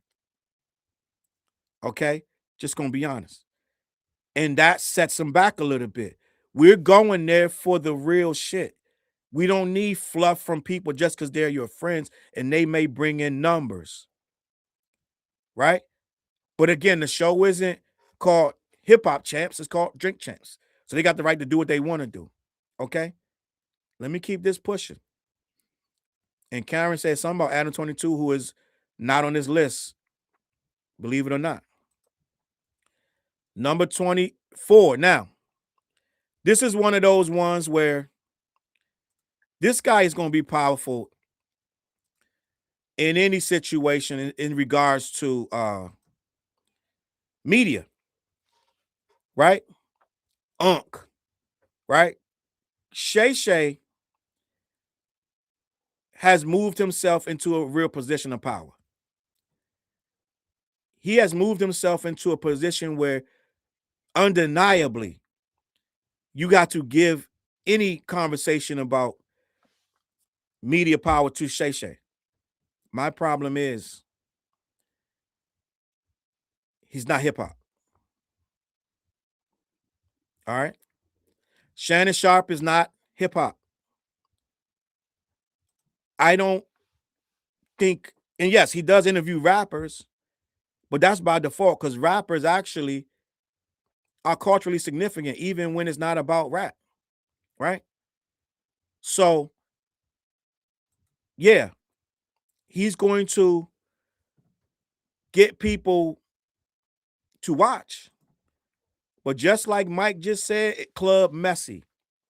I said on my past shows, on my past videos, if you're going to see Shannon Sharpe, if you're going on Shannon Sharpe, you know you're going up there to say something messy. You're going up there to 100% say something negative or release a bunch of negative emotions on somebody else. And that's why he has you up there. I'm just going to be honest. Sharpe ain't bringing you up there unless you going to be messy. I don't know how Sharpe is in a hip-hop conversation for hip-hop media power rankings. Yes, he can interview some rappers, but so can Piers Morgan, right? A lot of people can interview rappers and get them to say some goofy shit.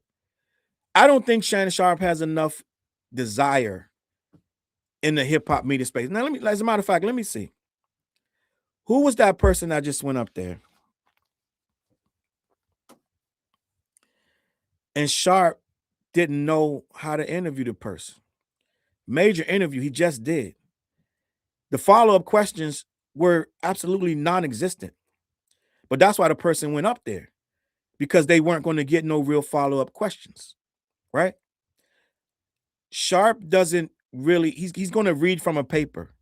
He doesn't have the instincts because he doesn't have the hip-hop knowledge, right? Who was it? Was it The Game? When The Game went up there and he's like, oh, you're better than Ice Cube? Game said, I'm the best rapper in Compton. I'm the best rapper in LA, right? And we clearly know he was trying to bait Kendrick. Shannon Sharpe is so old and so detached from what's going on. He said, you're better than Snoop Dogg? You're better than Ice Cube? What are you talking about? He didn't even know enough that the bait was hanging right there for him to start a Game versus Kendrick conversation. That's how out of touch Shannon Sharpe is with hip-hop, right? But the list is about people who can get in there, mix it up, and get clicks and views and have rap conversations start, right? That's what he's on the list for, because he can get it popping and get things going. And Miss DevRay is right. His Amanda Seals interview was horrible, right? Which you could have got more out of her as well, right? The Cat Williams thing kicked it up for him and made him who he actually is. But at the end of the day, I don't see Shannon Sharpe being a hip-hop media power rank. He by default is, because I told you in the beginning, hip-hop itself is a full mess far as culturally. So Shannon Sharpe wouldn't make this list in a Lord of the Flies messy kind of way. All right. End of the day, I don't have nothing against Sharpe personally. Got no beef with Sharpe personally. I enjoyed laughing at Sharpe when he was on with Skip Bayless, this, that, and the third. So I don't have nothing personally against Sharpe, but hip-hop media, nah, son. Let me keep this pushing. Number 23, and there's a lot going on in the comments right now. You guys got a lot of you are not feeling Shannon Sharpe in the slightest, gang. I'm just gonna keep it honest. You guys are not with Sharpe. Let me keep this pushing. Let me keep this pushing. All right. Give me a second.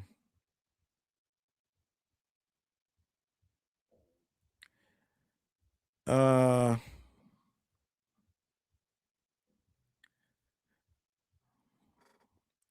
right. So the number 23 person, gang. I'm just making sure everything's legit. The number 23. Oh no, I didn't even read what Sharpe. I don't even want to read this. I'm not reading none of that. Number 23, Trap Lord Ross, gang. Trap Lord Ross. Now, if we again, Lord of the Flies situation, a Lord of the Flies situation, yeah. But Trap Lord Ross does do some, out of all these guys, he's one of the ones that digs the deepest. And he'll talk about some scary shit that most of these guys wouldn't touch with a 10-foot pole. He'll get into that gang shit, this, that, and the third, and people want to hear this shit, right? It is what it is. You can't give people what they don't want. So I think Trap Lord Ross does do, as far as interviewing, he will interview people, and he will go that extra mile to dig in the dirt. So he's going to do what he has to do to tell the story. It's like these documentarian guys that will go tooth and nail to tell you what really happened. And for that, we'll give him the credit for that. He can move the needle because he can make a whole story and he say some heinous shit. He'll say some heinous shit about a rapper, but the rapper have said the same shit about himself, right? The rapper says some shit about himself. Rappers want to be goons and killers and this, that, and the third. And then when somebody actually goes and does the footwork and start finding out all the people they actually gooned and killed, then people want to be upset. Okay? End of the day. What Tiff say? He's been through the gut on these YouTube streets and he's still standing on those platinum legs. So you got to put Trap Lord Ross on here. Like I said, this is what we got. This is we got in a situation where this is what hip hop is. So if we rolling in the mud, Trap Lord Ross gonna be your pig for you, gang. He gonna get in the mud with you. Okay? Melanator, Ross is in the colonizer camp with Vlad. Trap Lord Ross is going to get in there and find out who did what to who and make a video about it immediately. At one point, I saw this guy, he got his own channel, a second channel, third channel. I'm like, bro, are you cloned or do you sleep? He'll tell you this, he'll update the same story 10 times. He'll stay with the story. It's old school journalism. But it's with our culture. And some people love it, some people hate it. But Trap Lord Ross is number 23. All right. Let me see if I even want to read his stuff. Let me see what's going on. He's ranked number 13. He's featured on Trap Lord Ross. True crime. He does true crime YouTube documentaries. He has 1.46 million followers on YouTube, 67,000 on IG. The irony of Trap Lord Ross is that the more crime investigations he launches on his YouTube channel, the more grand and controversial his own lore becomes.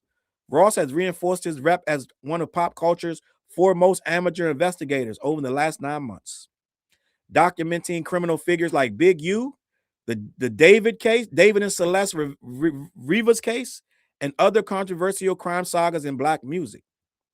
It's earned him enemies. After he posted a video about members of Central C's camp, one of the Central C entourage members pressed him at Complex Con. Unforgettable as it seemed to be, it also means he gave them something to be pressured about. What's one thing you love about rap right now? I love the rise of the new underground, especially UK artists like DistroKid finally getting taken seriously in America. Ain't that homeboy? DistroKid is what's this actor's name? Allegedly, right? DistroKid is homeboy. Finally getting taken seriously in America. I think there's a whole new lane and generation taking over the game with incredible creativity. What's one thing you hate about rap right now?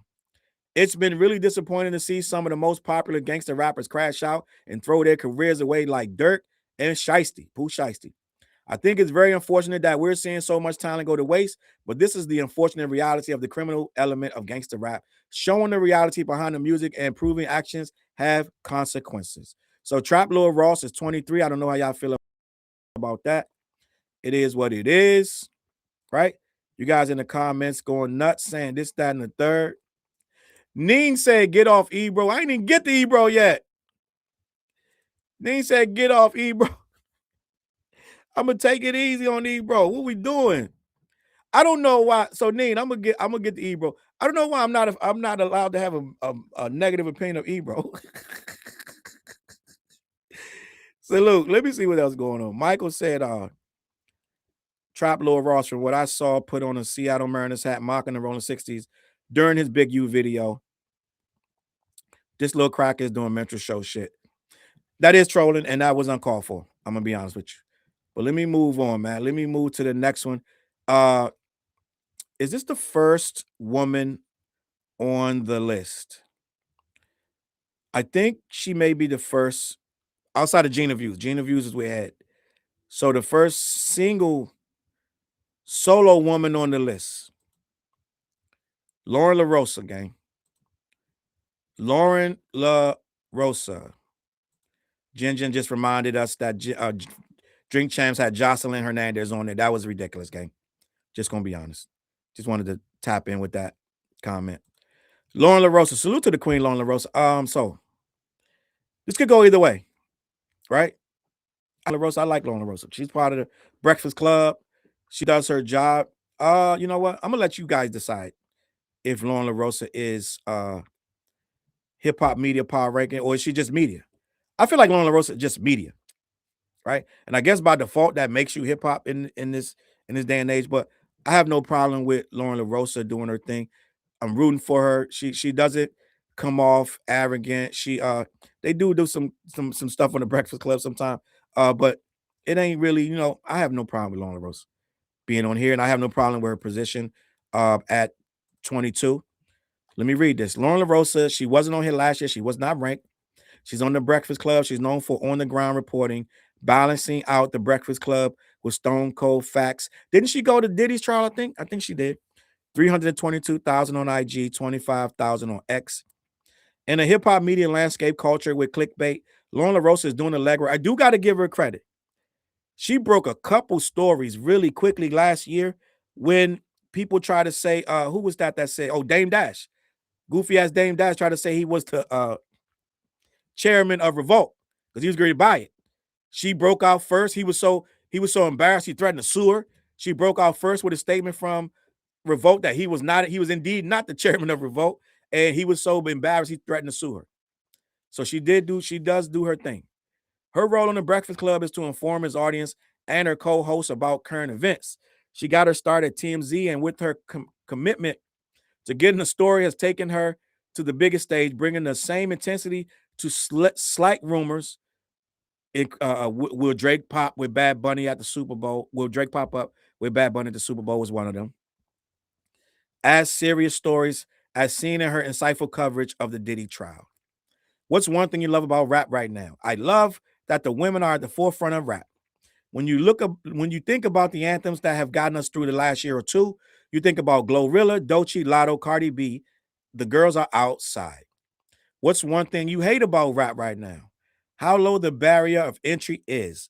I'm a social media girly. I live and thrive here, there, and thank God we no longer have to wait on the machines to power us up.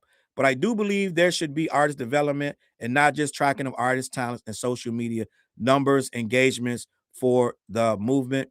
I have no problem with Lauren Lauren LaRosa. Salute to the queen, Lauren LaRosa. I see Bing in the comments saying I'm not a fan of her, and that's okay. We don't need everybody to be fans to make hip hop go around. I appreciate the honesty. Okay, I wouldn't force nobody because I'm not a fan of a lot of people myself. So I like the honesty and I can appreciate that. Now, number 21, I'm going to let Complex tell me why, right? Why they put Nardwar. I don't know why. Okay. I guess I don't know. And I as far as I know, this wasn't his first time being acknowledged on here. But yeah, man, Nardwar, this is what we're doing. Listen, I don't have enough information about Nardwar to even have a problem with him. Okay. I actually watched a documentary on him. He can be quite engaging. Some people say he's mean. Some people say he's mean. I know that he gets all this information and he shocks these rappers, running up on them, surprising them, and having these quirky facts about them. I don't have enough information. I did follow him on YouTube just because. Why not? I followed him. He's done nothing, right? Nardwar has to be some kind of fed the way he keep popping secret info. Yeah, I mean, I guess you just hit up their relatives and this, that, and the third, and they tell you what's going on. I don't have. Listen, man. Some of these people on here, they're just media people. I don't know why they're on here. They're just media people. Last year, he was ranked number 7. He's featured on Nardwar's Serviette, known for ridiculously well-researched questions and encyclopedic music knowledge. That silly hat and interview-ending freeze frame following, whatever. He had 3.8 million followers on YouTube, and he has 2.6 million on IG. It wasn't his biggest year, but Nardwar's ability to pull obscure, deep-cut facts about his guests still makes him stand out in an increasingly crowded media landscape. A Nardwar interview is a bucket list item checked off, an infinity stone collected, a one-on-one experience. And somehow, no matter how cool an artist may seem, Nardwar always finds a way to break through the exterior. His link-ups with Netspin, The Alchemist, and Mike display his knack for human connection. They don't call him the human serviette for nothing. What's one thing you love about rap right now? It's been this way for a few years, but it's so cool that rappers can create whole albums on their phones. What's one thing you hate about rap right now? No one should get discouraged. Patience sucks, but eventually you can do it. I have nothing bad to say about Narwar. I have nothing whatsoever. He just does his job and they react to it. Okay. End of the day, he's number 21. Nothing good, bad, or indifferent from me to say about Nardwar. Salute. It is what it is. Number 20 is another black queen that I have no problem with. Now, you may argue her power in the business, but I like Nadeska. I've always said that I did. I did. As with DJ Head, I was a little, and I wasn't even nowhere near as I was with Head, but I was a little critical of her J. Cole interview. I felt she did have the puppy dog eyes for J. Cole, and she just let him ramble on, which you would do if you're a huge fan of a rapper. But gang, I gotta admit, I am a huge Nadeska fan from back in the day. On Everyday Struggle, I say it all the time. I used to be in the comments.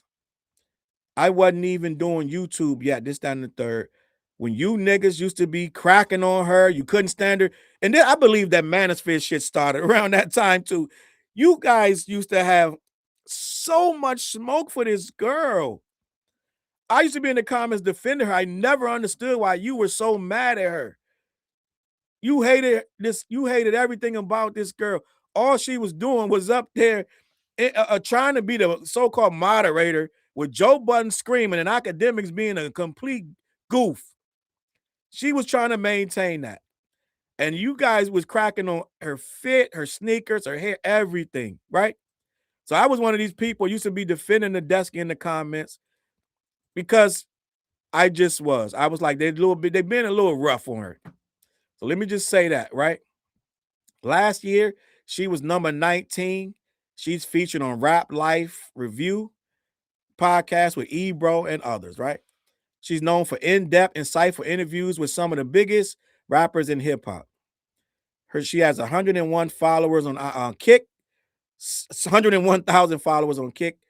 No, I'm sorry, 101,000 followers on IG, 61,000 followers on X. A seasoned vet, Nadeska Alexa's biggest strength is her consistency. She is a regular presence on this list, consistently in the middle of the biggest rap moments, and unlike others here, it's off the strength of the music rather than the drama. Last year, she was the only journalist to really sit down with Kendrick Lamar. Her crowning achievement this year was landing J. Cole's first interview about the fall off, as well as conducting the only on-camera interview with Baby King. What's one thing you love about hip-hop in 2026? The variety of serious artists that are getting active. Considering the releases we saw in the first few months, this could end up being a golden year for hip-hop albums. What's one thing you hate about it? Talking or debating about music feels much more contentious than enjoyable in a lot of spaces. Then this should still be fun. She's right, and it's not fun no more. Right? It's not fun no more. You're arguing with motherfuckers. You're not really having real conversations. Right? You're not getting the in-depth thoughts about it. You got people picking a side and staying there and arguing with you about this, that, and the third. They really don't know the culture like they should. Salute to Nadeska. I'm gonna leave it at that. Yeah, I'm gonna leave it at that. I don't really have much else to say about Nadeska. It is what it is. SFC said Nadeska the moderator. Ed Drake about to sit with her. Thanks, Charles. You know what it is with Nadeska? She's safe. She's not gonna press you. She's not gonna antagonize you. She ain't gonna ask you a question that you don't want to be answered or she feels is uncomfortable. She's just gonna let you breathe, let you be you, and just be a good. She's gonna be she's gonna be there to listen and let you say your piece. Okay, she's not gonna be obnoxious, and she's not gonna try to steal your shine. It is what it is. All right, gang, we inside the top 20, and this is where it gets spicy. I'm gonna tell you right now, this next person, gang, I am not going to be indifferent. I might not even read his shit. I don't know. I have so little respect for this guy and his opinion. I have so little desire to even acknowledge this guy. When we say a troll, we mean it. We have hit a low point when we have to acknowledge a troll like this. When we have to acknowledge a troll like this.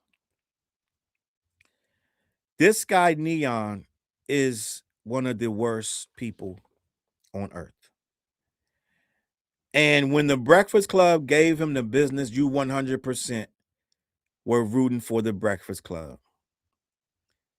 I'm just going to be honest. When they were getting the so-called backlash, right? Who was giving them backlash besides his corny ass fans? They made the streamer cry. Remember those videos? Guys, we living in a bizarro world.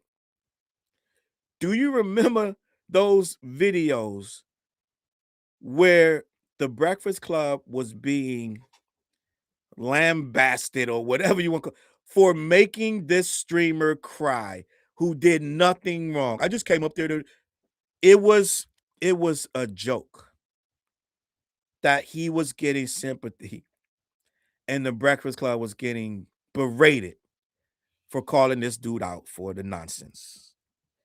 But we're doing this. Number 19 is Neon. He's featured on Kick. He's known for creating experimental content with rappers. He has 105 million followers on IG, 550,000 on Kick. Neon is a master of spectacle. He gave fans a front row seat when he seemingly got arrested during a charity drive on O Block earlier this year. Was it staged? Unclear. Was treating O Block like a silly social experiment a cool thing to do? Probably not. But moments like that have made Neon a media star, the king of experimental content with rappers, whether hanging out with Big X the Plug or going on a double date with Kevin Gates. It's not creating new moments, but maximizing big ones. According to Business Insider, he spent over 1.4 million paying clippers to turn his streams into viral clips. That means he paid people 1.4 million to clip up his streams and make him more popular than he ever was in his life. He has $1 million to pay that out, gang. They play hardball. What's one thing you love about rap right now? Rap right now feels raw and real. It's either about what someone's already conquered or what they're still chasing. You can hear that hunger in it. It's all passion, and that's what makes it hit. What's one thing you hate about rap right now? I feel like everything just moves so fast in that industry. Someone drops, is viral for a minute, and then everyone's already on to the next thing. It's like nobody lets music breathe anymore. Everything feels kind of quick and forgettable. Like moments don't really stick the way they used to. Yeah, gang. Let me sip my water. Emiliano said racism is experimental now, huh? Anime said, damn, I shown up at a bad time. Re-reviewing trash. PNW says, I think he is trash. He had horrible things to say about all black peoples. Hip-hop don't like racists, Diego said. Lord Racer said, the lames have us outnumbered 10,000 to 1, and the game is still close. Mike said, for being a racist. G-Man said, why are they steadily trying to bring this clown into the culture? Bing said, the problem is these MFers never been touched. I swear, I can't believe this. Unacceptable to put him on the list. He is a racist. Bing said it's too early. I had to delete what I wrote. So, gang, I'm not spending a lot of time on this guy. This guy is a racist piece of trash. He tries to be racist. He ain't even good at that. He does it, but he ain't even good at it. He's already recanted and tried to grow up. They're being very nice in this article. And this is what I find in 2026. You can use really good words to describe really awful people. And now what they do is these journalists, they're really good. They got communication degrees, this, that, and the third. And they are paid to do a job. They're paid to it's like trying to write good things about Trump or something crazy. It's like you got to write and make dumb shit sound good, right? So what they're doing right here is they're making something stupid sound good, because that's their job. So they're gonna ignore a lot of the nonsense that he did and done, and they're gonna tell you, they're gonna use some really cool words to make it seem plausible that this is a person that actually deserves to be on this list, because somebody decided he needs to be on here. Neon is objectively a terrible person, and Complex deserves consequences for acknowledging him at all. That's what the Melanator says. It's absolutely weird. So you didn't put Company Man on here. We can go down a list of 10, 15 people that you excluded, but you needed to put Neon on here. But it's rage bait. It's rage bait. I'm moving on because I ain't got time to keep dealing with this nonsense. Y'all know what's going on with this. All right. Y'all 100% know what's going on. This is absolute rage bait. He does do no moving of no needles in hip hop. This is literally to piss you off, right? How May said, I only said that just to get you mad. Well, we're not getting mad today. I'm just going to keep it pushing. All right. End of the day. For the people that don't know, Neon is a like Ebro called Drake. He is a cancer to this thing, and he's not hip hop in the slightest. Right? He's like that kid, Jack, whatever, who used to walk through crowded malls, bumping people with his elbow, and then when the person turn around and get upset, his security guard would yank him up and try to beat him up or whatever, so they wouldn't touch his client. But his client's an asshole, and that's like calling him hip hop. All right. Number 18, man, we're gonna keep it pushing. I'm not spending no more time on that guy. Number 18 is Gillian Wallow, right? Diego said burn the list. Anime said Complex isn't for actual hip hop fans, it's for alt white kids and white boys who peek over the fence to see what's going on.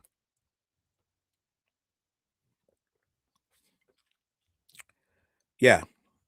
So the list is basically about people who control and make some noise or do a really big interview and get something cracking, get some engagement, da da da. Now, Gillian Wallow, they are down on this list, right? I'm sure they were higher last year. They're number 18, and I'm gonna get to that. I've been disappointed in Gillian Wallow for some time now, gang. I'm just gonna be honest. They might be one step level higher with me than Rory and Maul. And you may say, damn, Charles, that's saying a lot. Well, Gillian Wallow are disappointing to me. Just gonna be honest. Let me read this. Gillian Wallow, last year's ranking is number 9. They're featured on $1 million worth of game. They're known for a mix of comedic banter, sprawling conversations, and motivational moments. Gilly has 4.2 million on IG. Wallow has 2.9 million on IG. Together, they have 1.8 million on YouTube. Gilly and Wallow have been going at it for so long and have been so consistent, it's easy to underrate them. Even in a year where it didn't seem like they had the most viral moments, they were cranking out good shit. They scored the first big Pooh Shiesty interview after he came home and before he went back in. Got T.I. to open up about the 50 Cent situation and gave the baby the space, acres, and acres and acres of space to speak in a very specific term about what his drop off meant for him financially. So, Gillian Wallow, to me, have been anti-culture for some time. I'm just going to be honest. I can sit here and spout off quite a few moments that made me very disappointed with Gillian Wallow. For instance, when they interviewed Jay Prince and they let him go on, and it appeared that they were kind of intimidated to ask him any real questions about the takeoff incident. In my mind, I'm thinking if you're going to have a guy on and you're going to be intimidated by the guy, then you probably shouldn't have him on. Okay? I'm not saying anybody did anything right, wrong, or indifferent, but there were a lot of follow-up questions that they missed that were very important because they let them spin a narrative. So that was disappointing. Okay? Also, during this whole Drake and Kendrick thing, how you can say what you want, but Gilly ran a very, by no uncertain terms, ran a campaign, a very pro-Drake campaign in a time when the culture was saying something different. Okay, let's just say that. It was a very, to me, it was anti-Kendrick because he came on and said that that I believe he said Euphoria was trash, hot garbage. Now you're entitled to your opinion, but we need to understand why you make that opinion. He made that opinion because he feels a debt of gratitude to Drake for shouting out his son when he passed. Drake shouted him out at a show. I believe Drake might have been in Philly, and he shouted out his son on the microphone. He said, "Rest in peace." And Gilly has openly said that really touched him, and he was going to be loyal ever since. So your loyalty is going to make you go against another man for that guy when no one asked you to go against him. All right. So I felt that was a little uncalled for and a little weird. If I'm wrong, please tell me in the comments that what I said did not happen. I feel, and I'm not one of these, you got to be fair and balanced. No, you don't got to be fair and balanced. But when you pick a side, like the Drake fans are saying right now, stay on that side. You got to understand what we're doing. What we're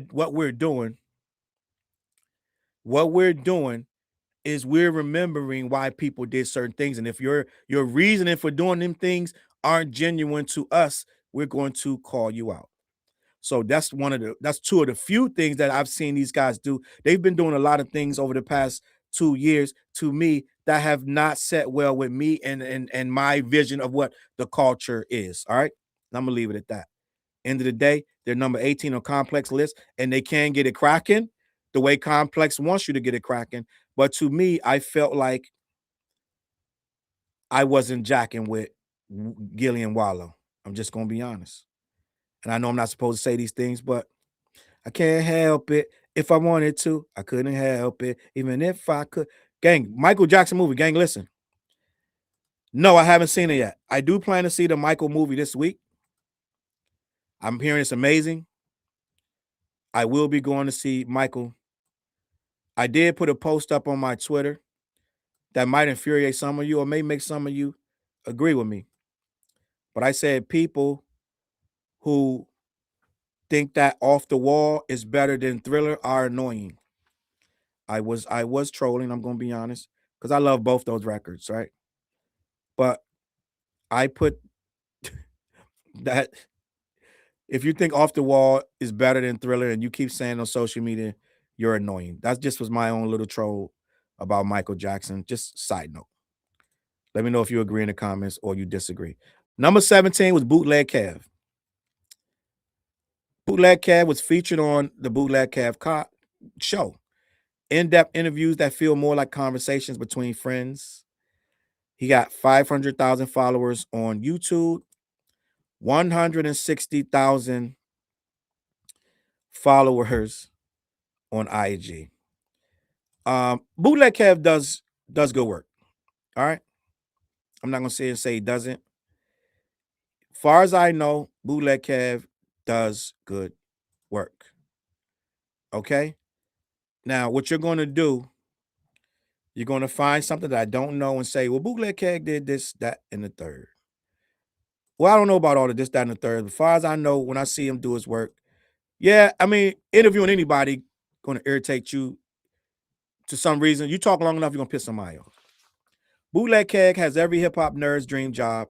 This year, he caught the baby at the peak of his comeback arc.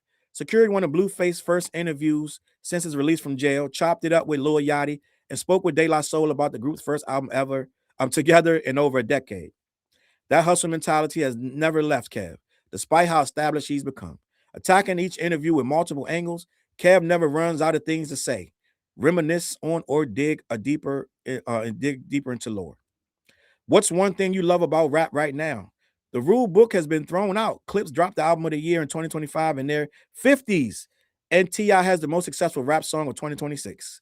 It feels like the algorithm is dying and artists are super serving their fans with physical media, direct-to-consumer stuff, and building community directly with people who actually matter, their fans.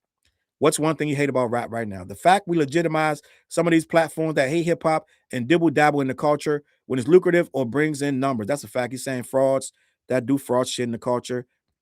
I have no problem with Bootleg Kev. Bootleg Kev belongs. He asks artist questions from a fan perspective. The new one with TF and DJ Muggs is really dope. Like I said, I have no problem with Bootleg Kev. All right, so I'm not going to harp and linger on that one. Let's just keep it pushing to number 16. Who is number 16? That would be these guys that I don't know.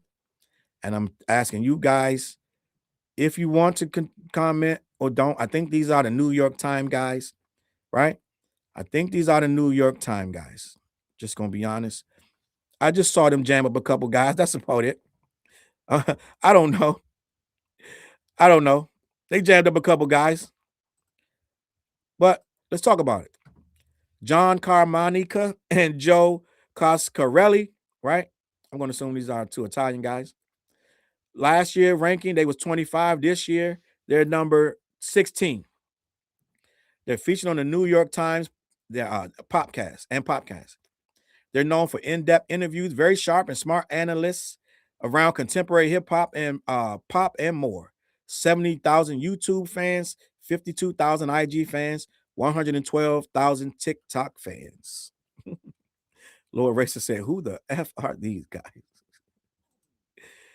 Let me keep it pushing. Together, they balance sharp criticism and deep knowledge with the controversial energy that makes the show a breeze to listen to. That looseness carries into the interviews themselves, producing candid moments like Jack Harlow, maybe getting a little too honest about his role in black music. Yeah, they set Jack Harlow up on that damn. I got blacker. They set him up. They set him up, gang. Let's just be honest. Getting a little too honest about the black role music played on his new album, and A$AP Rocky opening up about his tension with Drake. They also drew out one of the most expressive interviews from one introverted cloud rap legend, Young Lean. What's one thing you love about rap right now? John says widespread playfulness and experimentation with form, both lyrical and production wise. The genre is limitless. Dude has a real opinion on hip hop. All right. Joe said, I love the vastness of the landscape, the sheer amount of rabbit holes, niches, and tributaries you can go down with minimal effort and little to no cost. There are more thriving regional scenes online and in real life than there are hours in the day. Birmingham, Philly, Baton Rouge, Nashville, etc., to say nothing of micro genres.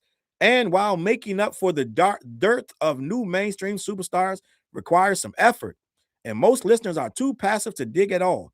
The reward is there in the form of variety, quality, lower experimentation, and it's great. Give me a second.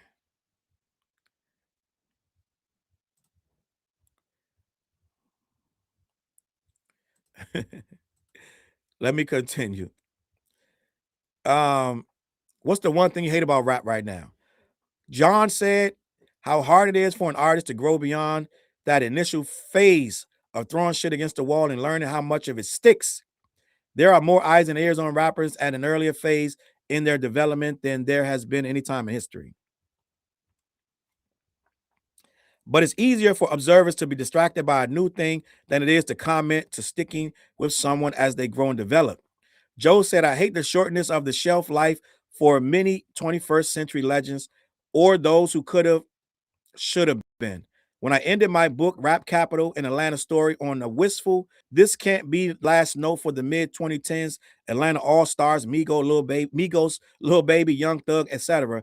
I don't think I could have imagined how bleak it would get for a whole generation that seemed untouchable such a short time ago. He's right. Them Atlanta guys got cooked. They got cooked. I'm just going to be honest. That whole Atlanta scene is cooked. But at the end of the day, these guys gave very credible answers. Again, I do not know them. I don't know much about them, but they did have some viral moments, so I guess they belong. Number 14. Gang, I'm going to be honest about this one. I have fun with this guy's name.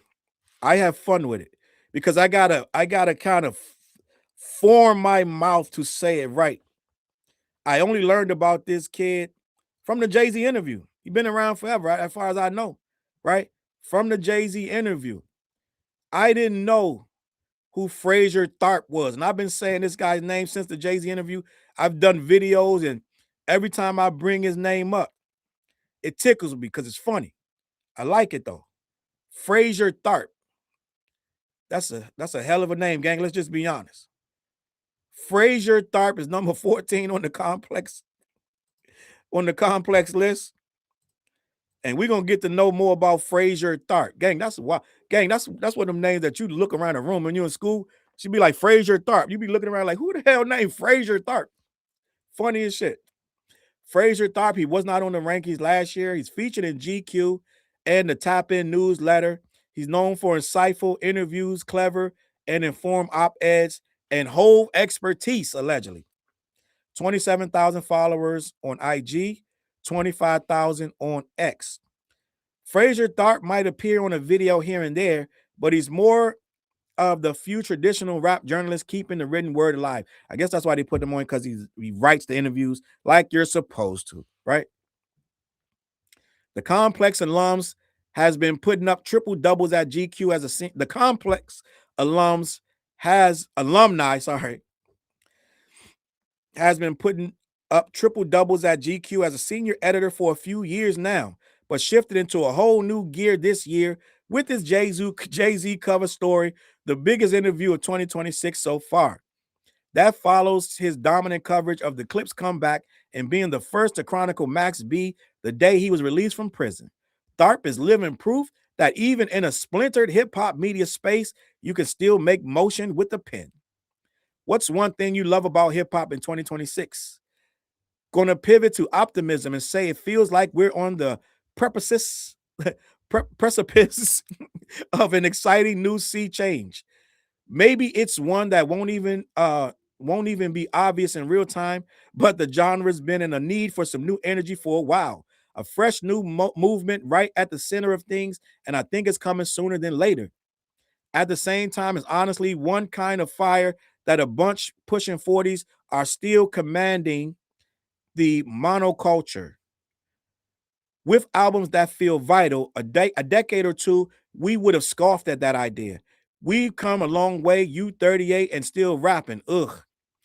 Facts. So Frazier made some good points that the old heads even being in the conversation, let alone making viable music, is astonishing. Astonishing. It's commendable, and it is showing hip hop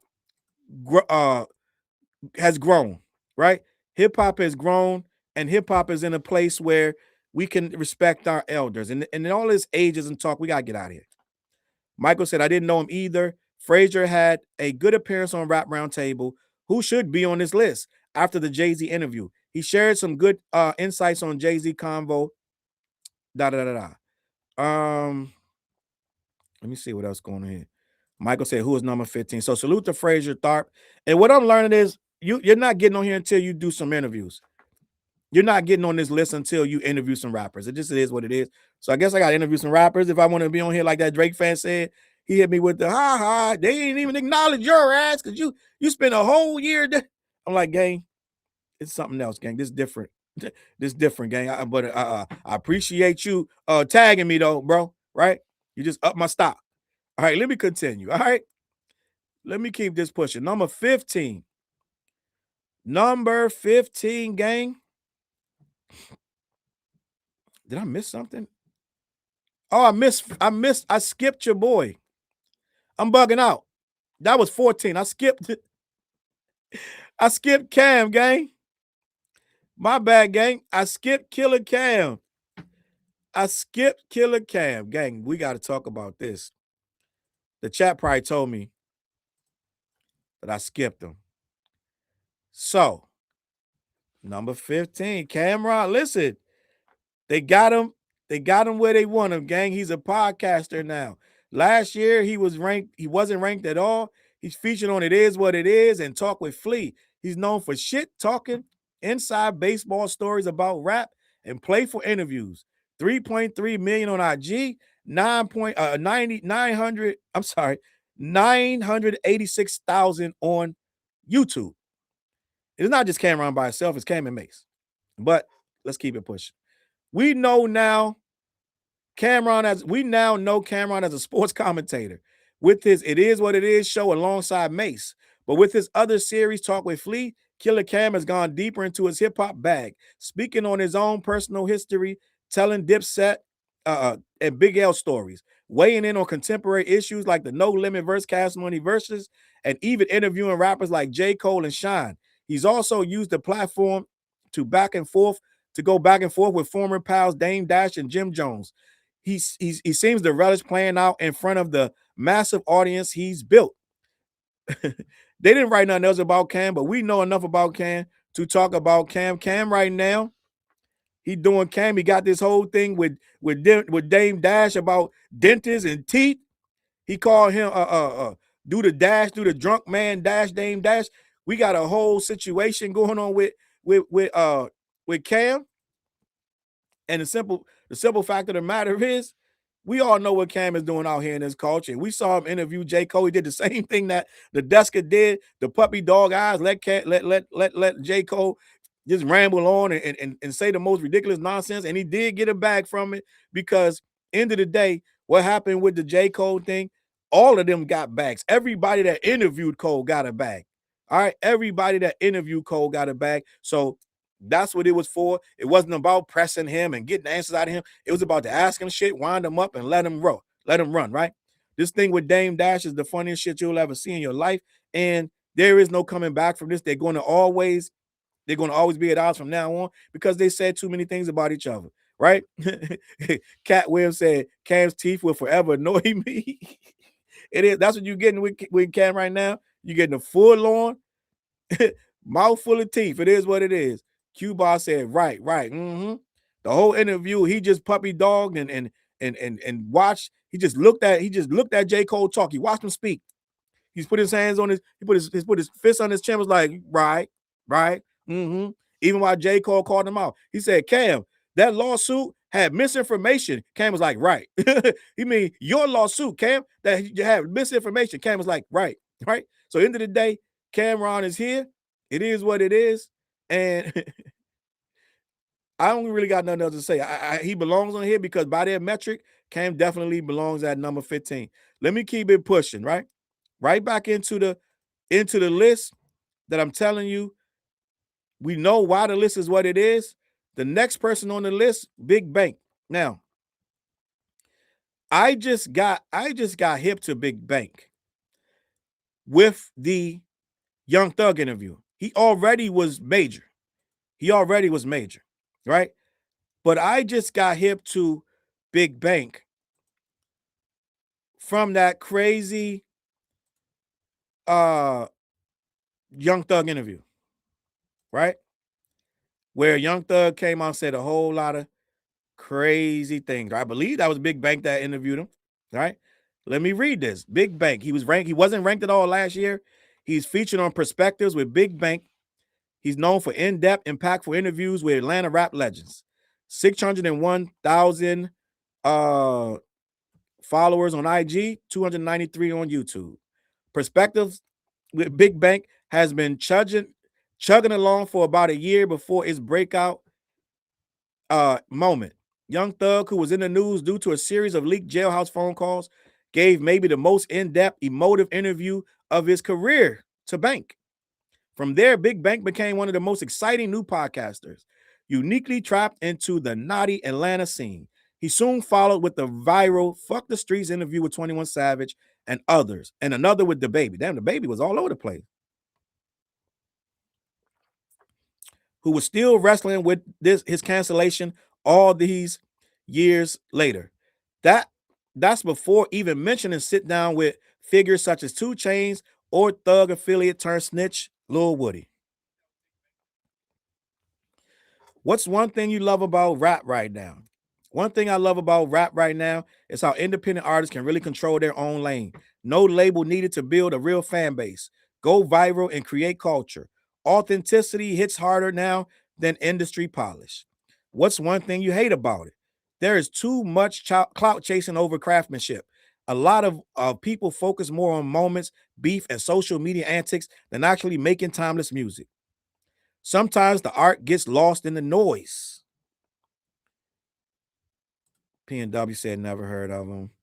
Let me get in the super chat. Girly chat, salute. Girly chat. I'm not sure you saw my comment. Hold on, I'm sorry, girly chat. Let me girly jock. Let me get this out. I want to get this picture out of here. So people who can't see the comments can see. It says, I'm not sure if you saw my comment on your post. Vlad TV comment on your Ari Spears vid. You totally should have been on that list. Salute. No, I didn't see that. Salute to Girly Jock for that post. Appreciate that. All right, I don't know. We'll see what happens. I'm just working, gang. I'm just gonna keep working. Let me see. Michael said never watch Big Bank's content. If they're going to choose an ATA on best outlet, Big High's show should have been the pick. Well, it was Young Thug that made this show. He made Big Bank a big deal. So end of the day, Big Bank actually benefited more from the Young Thug thing. That's probably why Big High didn't get on there. So it's like a what have you done for me lately type of thing. So I think that's why you're hearing more about Big Bank right now. Okay. End of the day, Big Bank was number 13. We're gonna keep it pushing with Casanat. You know what? I'm gonna read this game, but I don't understand why Kai Cenat is always put in these hip hop conversations. I'm just gonna be honest. I just really don't. And you could argue and say, well, Charles, the kids get their knowledge from streamers. They get what's cool from streamers. So Charles, you got to acknowledge that. And he's a streamer. He's young. He's black. He's going to play hip hop on there, and he's going to have rappers on there. So Charles, you got to get over the shit and understand what's going on with hip hop now. It's not about what you think it should be about. It's now the streamers, the young kids, they only respond to certain people. Maybe that's why he's on here. Let me read what's going on, and we can find out together why they keep putting Kai Cenat on this list. I don't have no clue, because to me, he ain't hip hop, and he damn sure ain't media. Kai Cenat, last year's ranking, he was number 1. He's featured on Kai Cenat on Twitch. He's known for streaming, but not recently, because he quit streaming. He has 20 million on Twitch. He has 7 million on YouTube. In April, Kai Cenat teased the return of Mafiathon on Instagram, an announcement that carried extra weight, because in September 2025, the most famous streamer in the world announced that he would stop streaming. This is why Kai Cenat moved from being the most powerful person in the rap media to his current stature. Emeritus? That's hyperbolic. The 24-year-old hasn't retired. He shared a reaction to Bully on YouTube, but he is not creating hijinks on Twitch. Mafiathon 3, with appearances from Mariah Carey, Ice Spice, and Kim Kardashian, is a distant memory. Really, who isn't trying to forget Ray J calling himself the new Diddy? There's a little doubt that when Cenat returns to the space he revolutionized, he'll be welcomed back with open arms. None of that tells me why he is number 12 in the hip hop business. None of that. Not even streaming no more. He should have been left off the list altogether. He mentioned he did a quick, I don't know how long it was, a review of Bully, and that's it. And now he's number 12 most powerful. I'm moving on, because I'll let you guys tell me in the comments why he's on there. Now, next up on the radar, this one is true. On the Radar is powerful in hip hop. On the Radar has a very significant place in this culture right now. They put a lot of new rappers on. On the Radar ranking last year, they weren't even on here. They're known for On the Radar Radio. They're known for performances, also known for performances and freestyles across genres and generations. They got 2 million followers on IG and 1.7 million on YouTube. Gabe P and his On the Radar team have cracked the code. Not only are they a crucial music discovery platform for up-and-coming rappers via the ciphers, but they also allow veterans to find new audiences, like when Max B and Fetty Wap made viral moments off of old cult hits. What's made it especially impressive this year is how they've expanded. On the Radar was featured prominently during Kai Cenat's Mafiathon 3, with memorable interactions with 41 and Chris Patrick.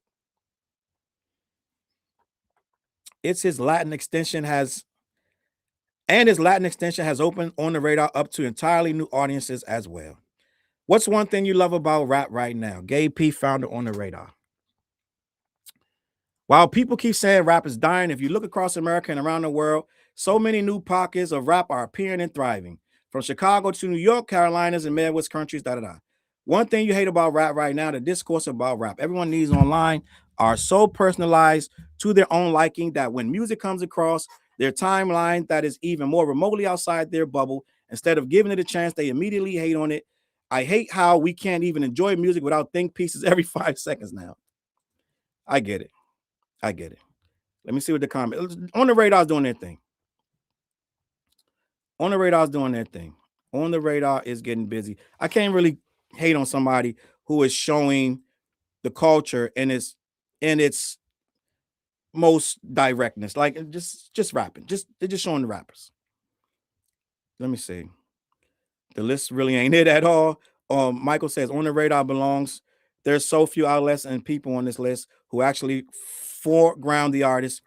You need to be able to push artists, whether they're new artists, old artists, or different. You need to be able to push artists and not just talk shit. All right. Let me continue, gang. All right, now we get into the last 10. It's the home stretch.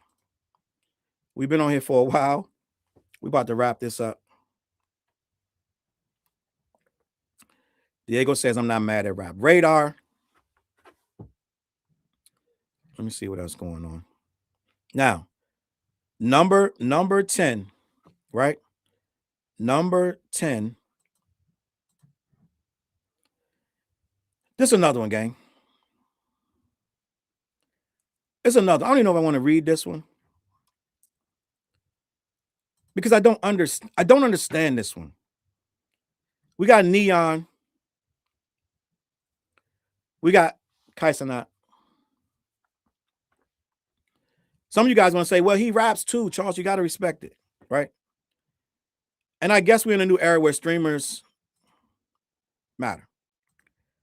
But to me, streamers aren't actively doing putting on for hip hop. They're just streaming and just happen to bring rappers in. Now I get it; they put rappers on. I don't know. Let me read this and figure this out with you. Blackboy Max. Last year he was ranked number 4. He's featured on Twitch, In the Booth, Song Wars. He's known for making songs on stream, taking viewers inside the recording process. He has 2.4 million viewers on Twitch, 1.7 million on YouTube. Despite his crossover into music creation, Blackboy Max still has one of the most important platforms in hip-hop media. After dealing with an illness that made him stop streaming for an extended period of time last year, he returned and found a rhythm between rapping and going live. He still got his Song Wars and In the Booth series going. I guess he's popping with that. I guess that is putting people on, I guess, to a degree. With the latter featuring memorable link-ups with Rio, the young OG, Lil Baby, and Lil Yachty. At Complex Con, he was even able to make a song with Xavier So Based, Chi, and Young Dabo live on the convention floor. So, gang, I guess maybe it's me, and I don't get it. And maybe hip hop is advanced, and Blackboy Max is taking rap to where it needs to be. But when I see Blackboy Max, 9 times out of 10, I see it's drama. It's a bunch of people going back and forth. I saw him in drama with several other streamers. I'm just going to be honest, and with rappers, right? So maybe him doing these in the booths and these tutorials of how he records, maybe that is hip hop coming into a zone. But I don't know if it's good or bad hip hop to say whether it's good for the culture. I have no idea, because what I have heard is not for me. You know what I'm saying? But at the end of the day, a lot of this shit ain't for me. That don't mean that it's not hip hop or it is hip hop. I'm going to leave it to them. If they say he's number 10, then it is what it is. But to me, I don't know why streamers are on here. And he's doing a lot of hip hop things, this, that, and the third. And maybe he's ushering in a new era of young rapper that streams at the same time. And that's something that we gotta start to tap into. So maybe I need to do my homework and figure out Blackboy Max. But I don't get a lot of hip hop coming off of the clips that I see of Blackboy Max. But let me see. $250K to Lil Baby to come on stream. So he probably paid Complex as well. I don't know if he paid him or not. It is what it is. Maybe put it like this. Maybe I got to do my research. Maybe Blackboy Max is the future, and he belongs on here. All right? I'm going to leave it at that. Who is number 9? Let me get to number 9. Ebro. And y'all saw Neen tell me earlier, lay off Ebro. I get that all the time. I'm starting to notice that my Ebro streams, I get a lot of people defending Ebro. It's like, leave Ebro alone, right? Let's read this, man. Ebro is featured on Apple Music, Rap Life Podcast, the Ebro Laura Rosenberg Show. He's pointed at critical music. His poignant and critical music takes colored with historical knowledge and experience. That's what he's known for. 886,000 on IG, 292 on X. No more Hot 97, no problem. Ebro is still one of the most respected voices in hip-hop media. He adapted to the constantly changing media landscape by going independent with his morning show co-host Laura Stiles and Peter Rosenberg. While being open about the challenges that came with it, he did that while still running the Rap Life podcast on Apple. He also still one of the most pugnacious media figures in rap, getting into tips with everyone from Akademiks to Drake. Even if you don't agree with all the hustling, at times you can't deny he's figured out how to stay relevant without the machine behind him. Listen, I'm not doing a lot talking about Ebro. I'm just not. I've been on here long enough. You guys know who Ebro is. You know why he's on there. I'm not doing a lot talking about Ebro. I'm moving it on. Kirko. Kirko deserves to be on here. You know why? I'm going to tell you why. Because Kirko, I don't know how this guy, girl, whoever it is, this person is nonstop posting about rap all day, every day. Literally changes the culture all day. Constantly moving the needle, moving the zeitgeist. Kirko does work. In this new space of hip hop, Kirko is working. Kirko was not on the list last year. And I thought Kirko was a Drake account at first, but Kirko is not, right? Let me see what is fake. I love Drake BS. I think Girly Jock is talking about Ebro. Michael said not too familiar with Kirko. Kirko is a Twitter page. And Kirko is known for just constantly posting. 385,000 on X, 19,000 on IG. In the era of talking head and short form video, who would have imagined that an anonymous page on X would be #1 source for rap news? The curiously named Kirko has built a reputation for dominating the rap news cycle, firing off quick hit posts within minutes of a move being made. Despite being anonymous, based outside of America, and operating with a staff of only 3. Kirko's output is vast, covering niche parts of rap underground to news around the biggest stars, like when they were first to confirm that Bad Bunny was performing at the Super Bowl. What's one thing you love about rap right now? Anonymous founder of Kirko. I think we're seeing more subgenres and niches come up, and they're able to thrive now more than ever before. I guess it's a byproduct of monoculture fading and algorithms being able to hyper curate things for us to an almost excessive level. What's one thing you hate about rap right now? I'm not reading the rest of that. I'm gonna read the rap. This is what I hate. The division, the us versus them mentality. How many people go? No, I'm gonna read the first one. What they love. I'm gonna finish that one.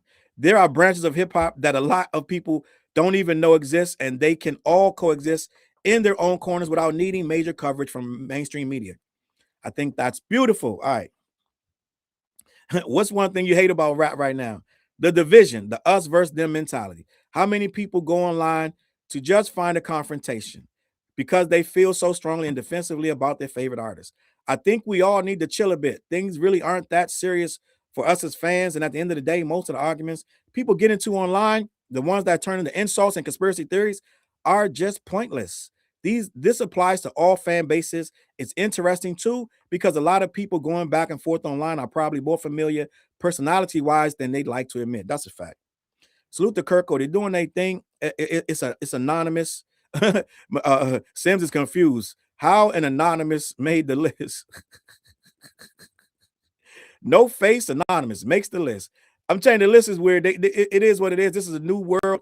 This the culture that we've been given is a strange bag, gang. It's a mixed bag, and this is what it is, gang. All right. Milo James said Complex is trash.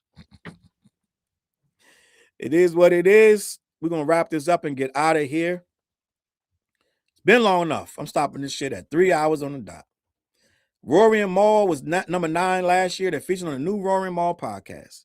Comedic and insightful commentary. 5 years after splitting with Joe Budden and launching the Rory and Maul show with Damaris, they fully settled their roles as industry insiders, with Maul in particular becoming a go-to source for any new Drake or J. Cole tidbit, whether you believe him or not.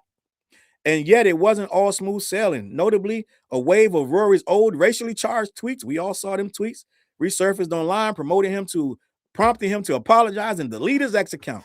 But the trio weathered the storm, addressing the controversy head on and turning the content about them into content for them.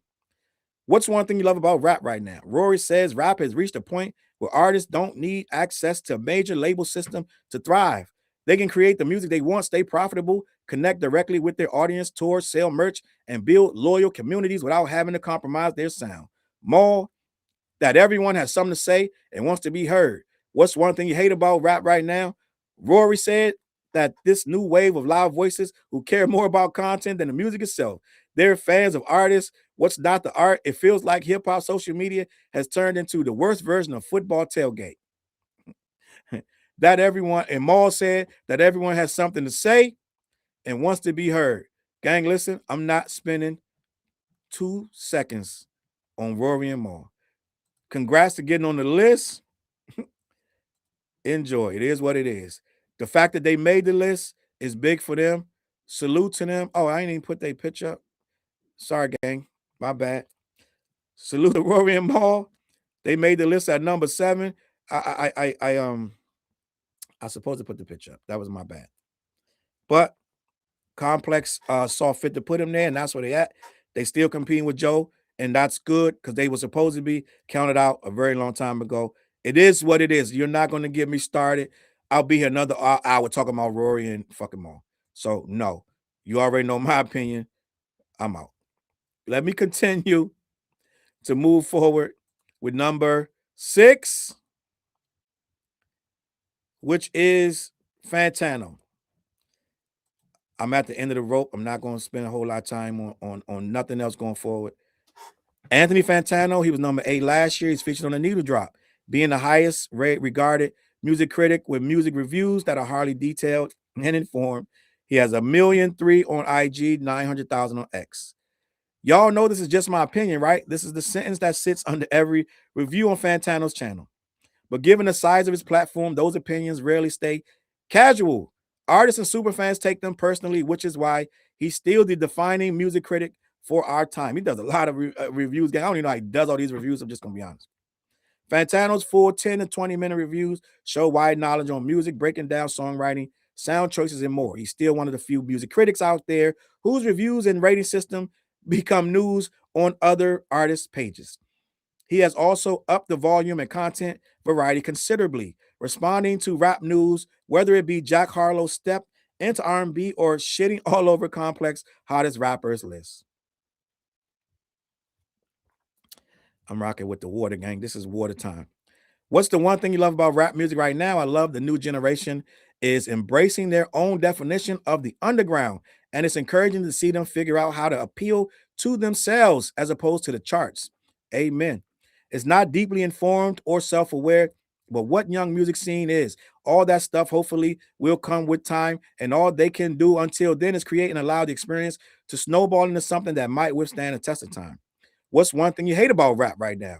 I hate the lack of acknowledgement women in the genre are getting at the moment. The ladies of this generation are making waves at a scale they never have before, and yet they don't drive even half the discourse we're seeing at the moment. Flo Milli is quietly pulling in at least 2 times the monthly listeners of your average Cardi clone, but people act like she doesn't exist. And if bars and charisma were actually mattered, Lil Sims and Tia Corinne should both be twice as huge as they are right now, respectively. We could do a whole think piece on how Megan Thee Stallion continues to be one of the most defamed and maligned artists of the 2020s and has every reason to quit for the sake of her own sanity, but continues to craft hits and put butts in seats.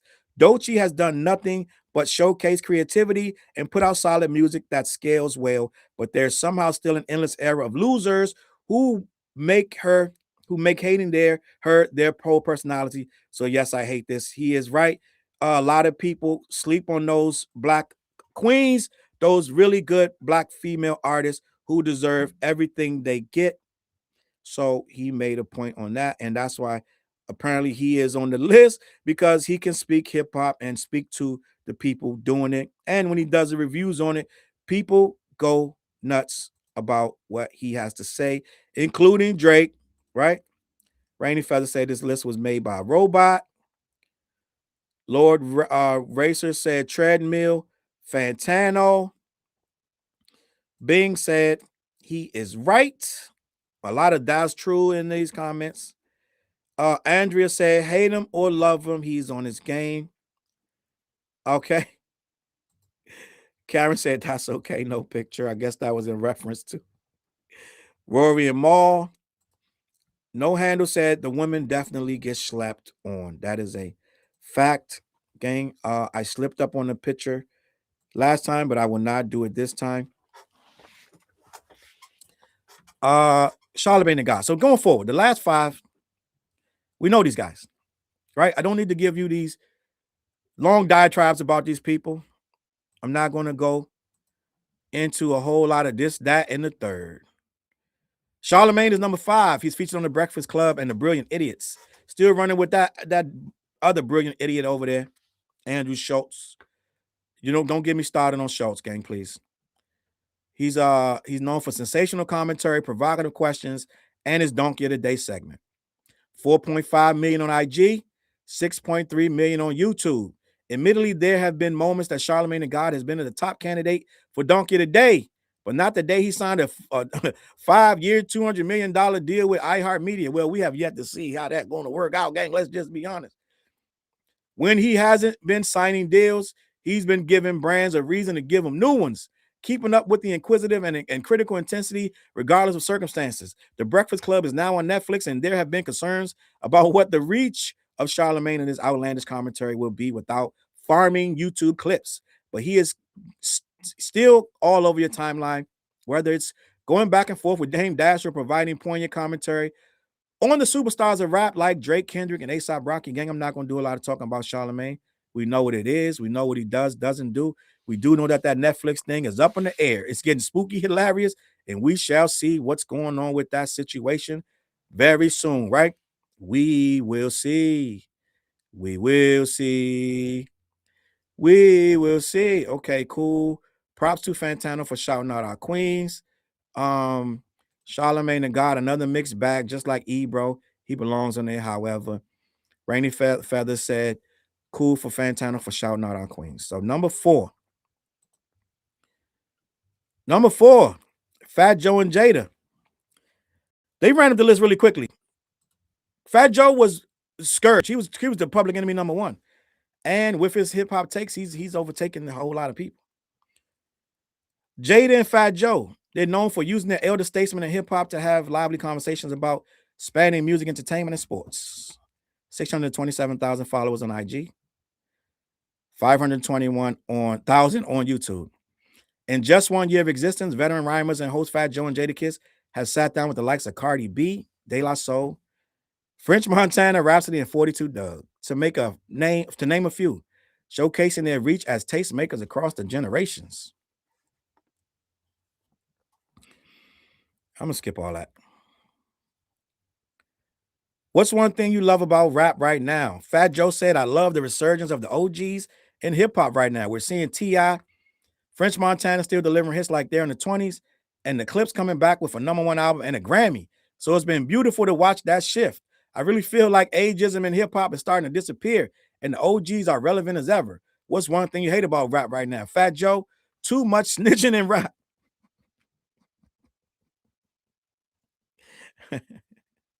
Gang, listen, Fat Joe is outspoken. He says what he says. That's why you love him. That's why you hate him.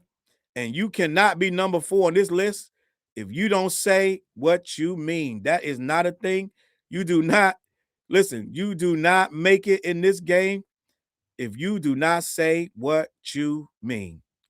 Michael Brown said Fat Joe and Jada belong here. They're premiering new music. They do that. Mixtape style. That's dope. 2 vets who were there for big moments in the 90s and the early 2000s. That is a fact. Listen, they rose up.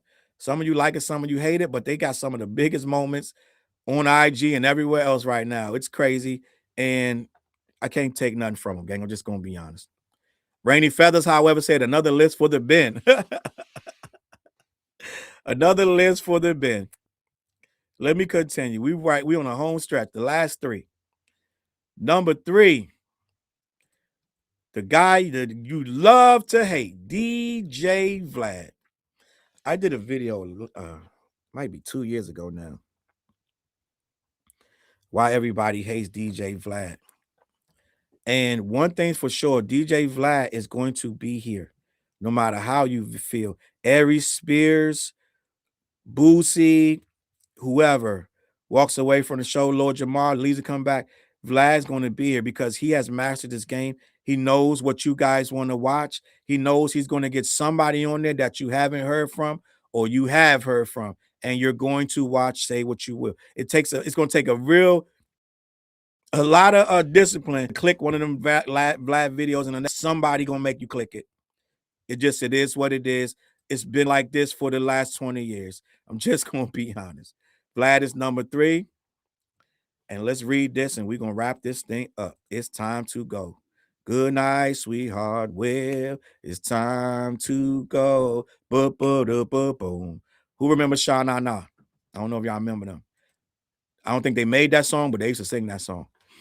DJ Vlad last year was ranked number 6. He's featured on Vlad TV, 229 Twitter followers, 6.3 million YouTube followers. I'm blocked by DJ Vlad. I don't know why. It might have been back when I used to promote my shit. I used to put it might be because I used to put the link of my shit on his shit sometimes years ago. And maybe they just automatically blocked me from that. I don't know why, but DJ Vlad has me blocked on Twitter for some reason. It could be that, could be something else. I do not know why. All right. It's been a couple years at this point. Let me continue. Few in the space covered the hip hop history of the year Diddy trial. Like few in the space covered the hip hop story of the year the Diddy trial like Vlad. Vlad TV was one of the main go-to places for all things Rico, even near the tail end when he was still doing interviews with figures allegedly involved in freak-offs like Sly Diggler and Daniel Phillips. He also had one of the biggest rap interviews last year when he hosted 6ix9ine. In typical 6ix9ine fashion, he was shooting at everyone from Trippie Redd to Lil Durk, and he got paid a serious bag on that because he did what he's supposed to do. He did his 6ix9ine thing, and that's what he was paid to do. I think he might have gave 6ix9ine, golly. Let me see. He might say it in here. I know he gave him a big bag. Let's put it like that. I don't even want to guess because I don't even remember. The line between Vlad the man and Vlad the personality seems to be blurring. He's recently been in headlines about the money behind his interviews, specifically what he's willing to pay his guests. This came to the forefront when Boosie Badass complained that Vlad wouldn't pay him more than $25,000. Boosie fumbled that bag. I would say that over and over because he got 25 grand just to sit there and talk nonsense. He could have did his own podcast and still sat there and got 25, and Vlad told him, I'll give you 30. And his pride wouldn't let him. This is what happened when dude's pride getting away. He could have collected that 30 and still did his Patreon. Let me continue. In the process, Vlad lost his most consistent revenue driver, though knowing Vlad is unlikely to slow him down. What's one thing you love about rap right now? I love that the biggest artists push the boundaries of what rap is artistically, like Playboy Carti, Don Toliver, and etc. and etc. and etc. Music has to evolve or die. Let me see what else. Michael said he's an exploitive. Okay. Let me wrap this up. What's the one thing you hate about rap right now? There's no younger superstar rapper that's leading the genre. The biggest rappers are in their late 30s and early 40s trying to hold their spots. This is why the charts don't have any hip hop anymore. It's sad to see it for the first time in decades. Now, end of the day, right? End of the day, and salute to Millie asking me, are we going live tonight? I don't know. I don't know if we're going live tonight. I have no idea. We will see. But he said that it's sad to see for the first time rap isn't in the top of the charts. Man, real rap, we don't care. Real hip hop, we don't care about that. But Vlad is number 3. You guys can say what you will in the comments, which I'm sure you will. It is what it is. But as far as their metrics, he 100%, based on what their metrics are about, hip hop media, he 100% belongs on that list without a doubt. All right. End of the day, it is what it is. Every Mac is not feeling it. It is what it is. I don't have no power. But at the end of the day, he does enough. He does a lot in this business. He shifts the culture. It would be hard pressed to say he don't belong on this list at a high level because he has so many people watching and following. Now, this last two, y'all not gonna get me worked up, and you're not gonna beat me over the head. I'm gonna get in, get out. Get in, get out. These are the two guys from Everyday Struggle. Do you guys remember that when Everyday Struggle first was announced, neither one of these guys were highly like in the ecosystem of media? Neither one of them. Well, Akademiks was already kind of online only though, like online only, on YouTube only. Akademiks was killing shit, right? After Everyday Struggle, these two guys hit the ground running. They have been powerful in this game ever since, for what you want to call it, for lack of a better word. Joe Budden, right? We're going to talk about it. He's number 3. Love it or hate. I'm sorry, number 2. I said number 3. Number two. He's featured on the Joe Budden podcast. He has 1.5 million followers, subscribers on YouTube, 1.7 on IG, right? March was the 10th year anniversary of Drake's Views, which in some ways also means it's the 10th anniversary of Joe Budden's career as a pundit. Budden was already, has it been 10 years already? Sheesh. Budden was already was a known entity in the podcast world, but his scathing response to the album launched the Joe Budden podcast, which was still called I'll Name This Podcast Later. Went through a whole lot of iterations, a whole lot of people in and out, people getting fired by text and this, that, and the third. All these years later, a bunch has changed with the title, the location, the ever-expanding cast, but what hasn't is Budden's talent as a talking head. His ability to lead conversations with a mix of humor, passion, and sharp analytical breakdowns is pretty much one in the hip-hop space. One of one in the hip-hop space. Budden and his ever-changing collective, a rotating mix of friends, including Mark Lamont Hill, Ish, Mona, and more, are finding ways to consistently transcend the podcast niche, making headlines commenting on everything from Drake's Iceman rollout to Nicki Minaj's drift into Trumpland. The group is also great at randomly debating evergreen topics, old head rap nerd video, SEO shit like which rappers don't have classics, or songs where the worst rapper has the best verse. Despite the success the pod has had and how lost Bud is with commentary hip hop, you see the love come out at those moments, as well as when he sits down with Nas and Primo or JID or Rod Wave. There was once a time when the hip hop podcast space was competitive, with Budden still clearly in the lead. Budden is still in the lead. It's just not really competitive anymore. What's one thing you love about rap right now? The business savvy of artists and all the tension. What's one thing you hate about rap right now? Albums not dropping fast enough. I'm not going to sit here and explain to you about Joe Budden. You like him or you don't. Ain't no in between. Joe Budden is number 2. He didn't get there by himself. He has a whole team of people who helped that show become what it is. But like it or love it, Ginger like win. It is what it is, okay? And I'm running out of here because this is the last person on this list.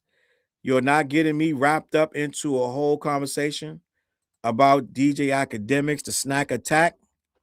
We're not doing that. And like I said, I always say the things I shouldn't say. This is why I'm not on the list because there's many reasons, right? I don't do a lot of the things on the list to get me on the list, right? But end of the day, Akademiks is number 1 on the list. I'm not going to sit here. I talk about Akademiks really at length every single day. You can click something random. You can close your eyes and click any random video I've done, and I've already done enough talking about Akademiks. So I'm not going to do a whole lot of this, that, and the third. I've been on here 3 hours. Not wasting a lot of time. Akademiks was ranked number 2 last year. He's known for getting inside information from notable rappers and live streaming the biggest moments in hip hop. 5.2 million on IG, 1.6 on X. Last year, he was number 2, but this year is his response was jubilance. He couldn't really argue with the number 1. Kai Sanat, but there was also this sense that for all his success, he felt like he was still being canceled for his various transgressions. I don't believe Akademiks deserves number 1 here whatsoever. Just gonna be honest. Akademiks did a lot of trolling, a lot of hyping up NBA YoungBoy and hyping up Drake and talking shit about other rappers. He did a couple interviews, but for the most part, he was mostly known for trolling. This was obviously never true. If anything, Ak has only grown stronger over the years, even as his controversies have built up, and he's grown more emboldened to say shit with his chest. Ak, who called this year his Jordan year on Re-Rank, is clearly the top dog in hip-hop media. He is the best at covering the underground, seedier aspects of hip-hop, whether it'll be the Lil Durk trial or breaking down Pooh Shiesty, robbing Gucci Mane. But he does this knowing that rap is $1 billion industry, which means you still need to present that proximity to the power players. And when we say power players, we mean Drake. His cozy relationship with the boy ultimately makes him a go-to source for the biggest album in rap. He don't know much about it though, gang. Gotta understand, he hasn't heard the shit. He's been saying Iceman on the way, and he's been saying shit for 2 years. It ain't here yet. He's been eating off Iceman for months, like when he talked about the need for Drake to starve haters, or when he shits on Lil Baby for insinuating Atlanta rapper is on Iceman. And come May 15th, when the hip hop community is listening to the new Drake, one screen will be saved for an Ak stream. And I'm gonna have a stream too. Unless something drastic happens, it's hard to imagine Ak giving up the pole position, his work ethic, and his access to power. Even while presenting himself as an outsider, allows him the same latitude to be a ball knower. Who's sometimes wrong about shit. And frankly, the fact that he loves a good fight means he will keep people entertained for an extended period. He has or will almost certainly have beef with half the people on this list, from Ebro to Roy and Maul to Kid Mero. In fact, you can watch him do precisely this on Re-Rank.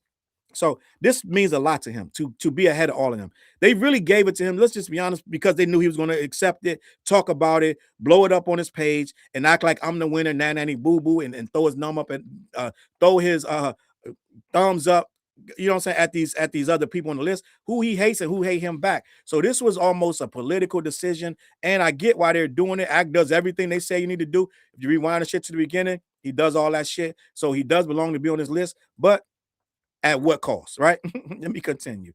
What's one thing you love about rap right now? I love the fact that we're experiencing a complete reset with music and culture. It means a rebirth, and I'm waiting to see which artists figure out the new meta to become successful or lead an influential movement. No Handle said, I don't even think Ak likes hip hop. All right, let me continue and wrap this shit up, and I'm out of here.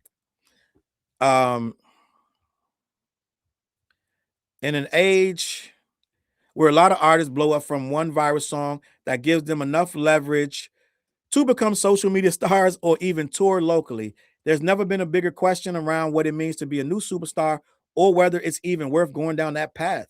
How do you do it? What is mainstream? What is niche? There hasn't been an authentic moment from a budding superstar rapper in a while, and this reset over the last few years has left the field wide open, and that breeds creativity and encourages someone to break the mold. I got a lot of shit to say on this, bitch. He still ain't finished.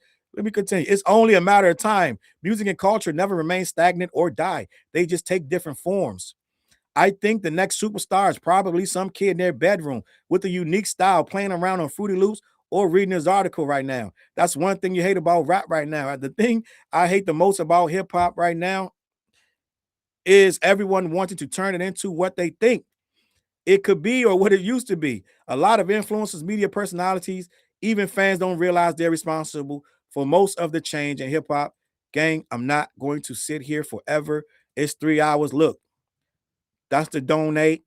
Hit your boy with a cash app if you rocking with me. I sat here for 3 hours and dealt with a whole lot of nonsense. If you want to rock out with a t-shirt that we got going on, I'm just gonna be honest, hoodie.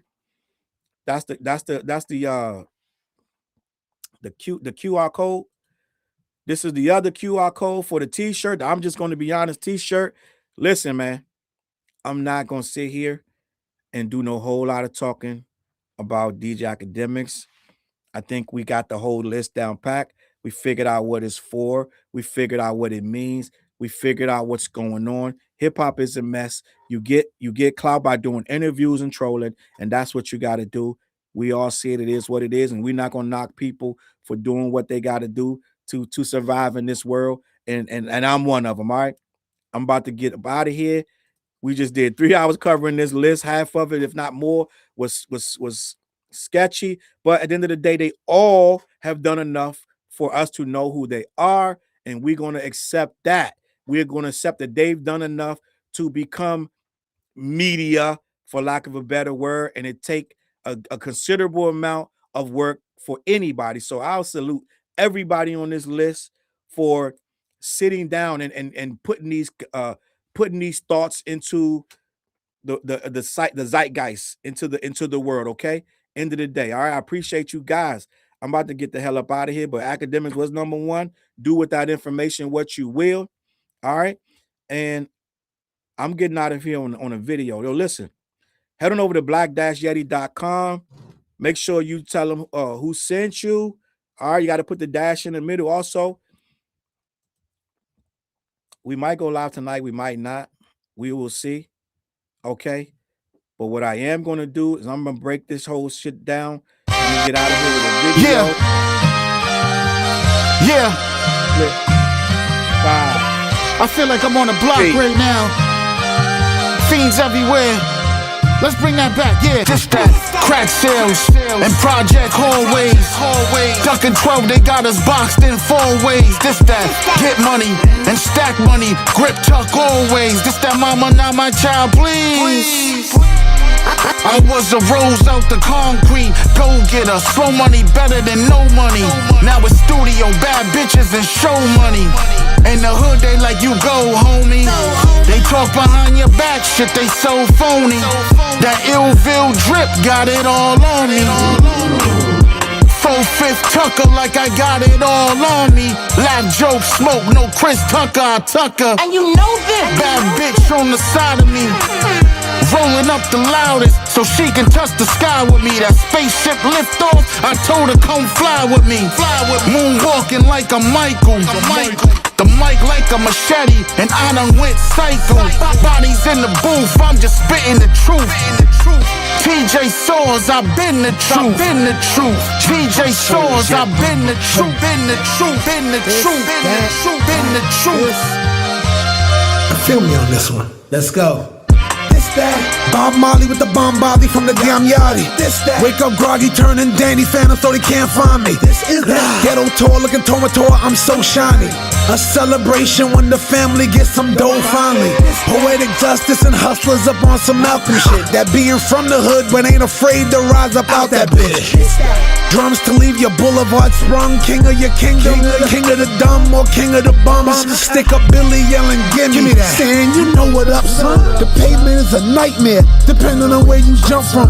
Scars, monkey bars, and hoopty cars will stretch the ego. Strawberry Tampico with Rico, avoiding that Rico. Or the Gujo, mi gente, we on it. Dominicanas with them BBLs, we tormenting them corners. That Malik got beef with Remy. Trey Doughboy, Ricky, that Kane and Old Dog. That Bishop still Raheem and Quincy. And we'll still turn your ass to miss me. Ain't no hood against me. On this earth I walk Princely. This that focal point joint. This that pull and shoot point. This that bulletproof doink. You can't pierce it, just annoying. Let them piggies oink oink. I'm the chuckster, good from here to Russia. Where for the slightest move they bust ya, cause they don't trust ya. This that move to the dresser for them niggas pressure. And have you laying on the floor like a usher confessor. Yes sir, so mind your manners up in this place. When them cameras up in your face, you better check your voice for that bass and watch your mouth with all that tone. I got God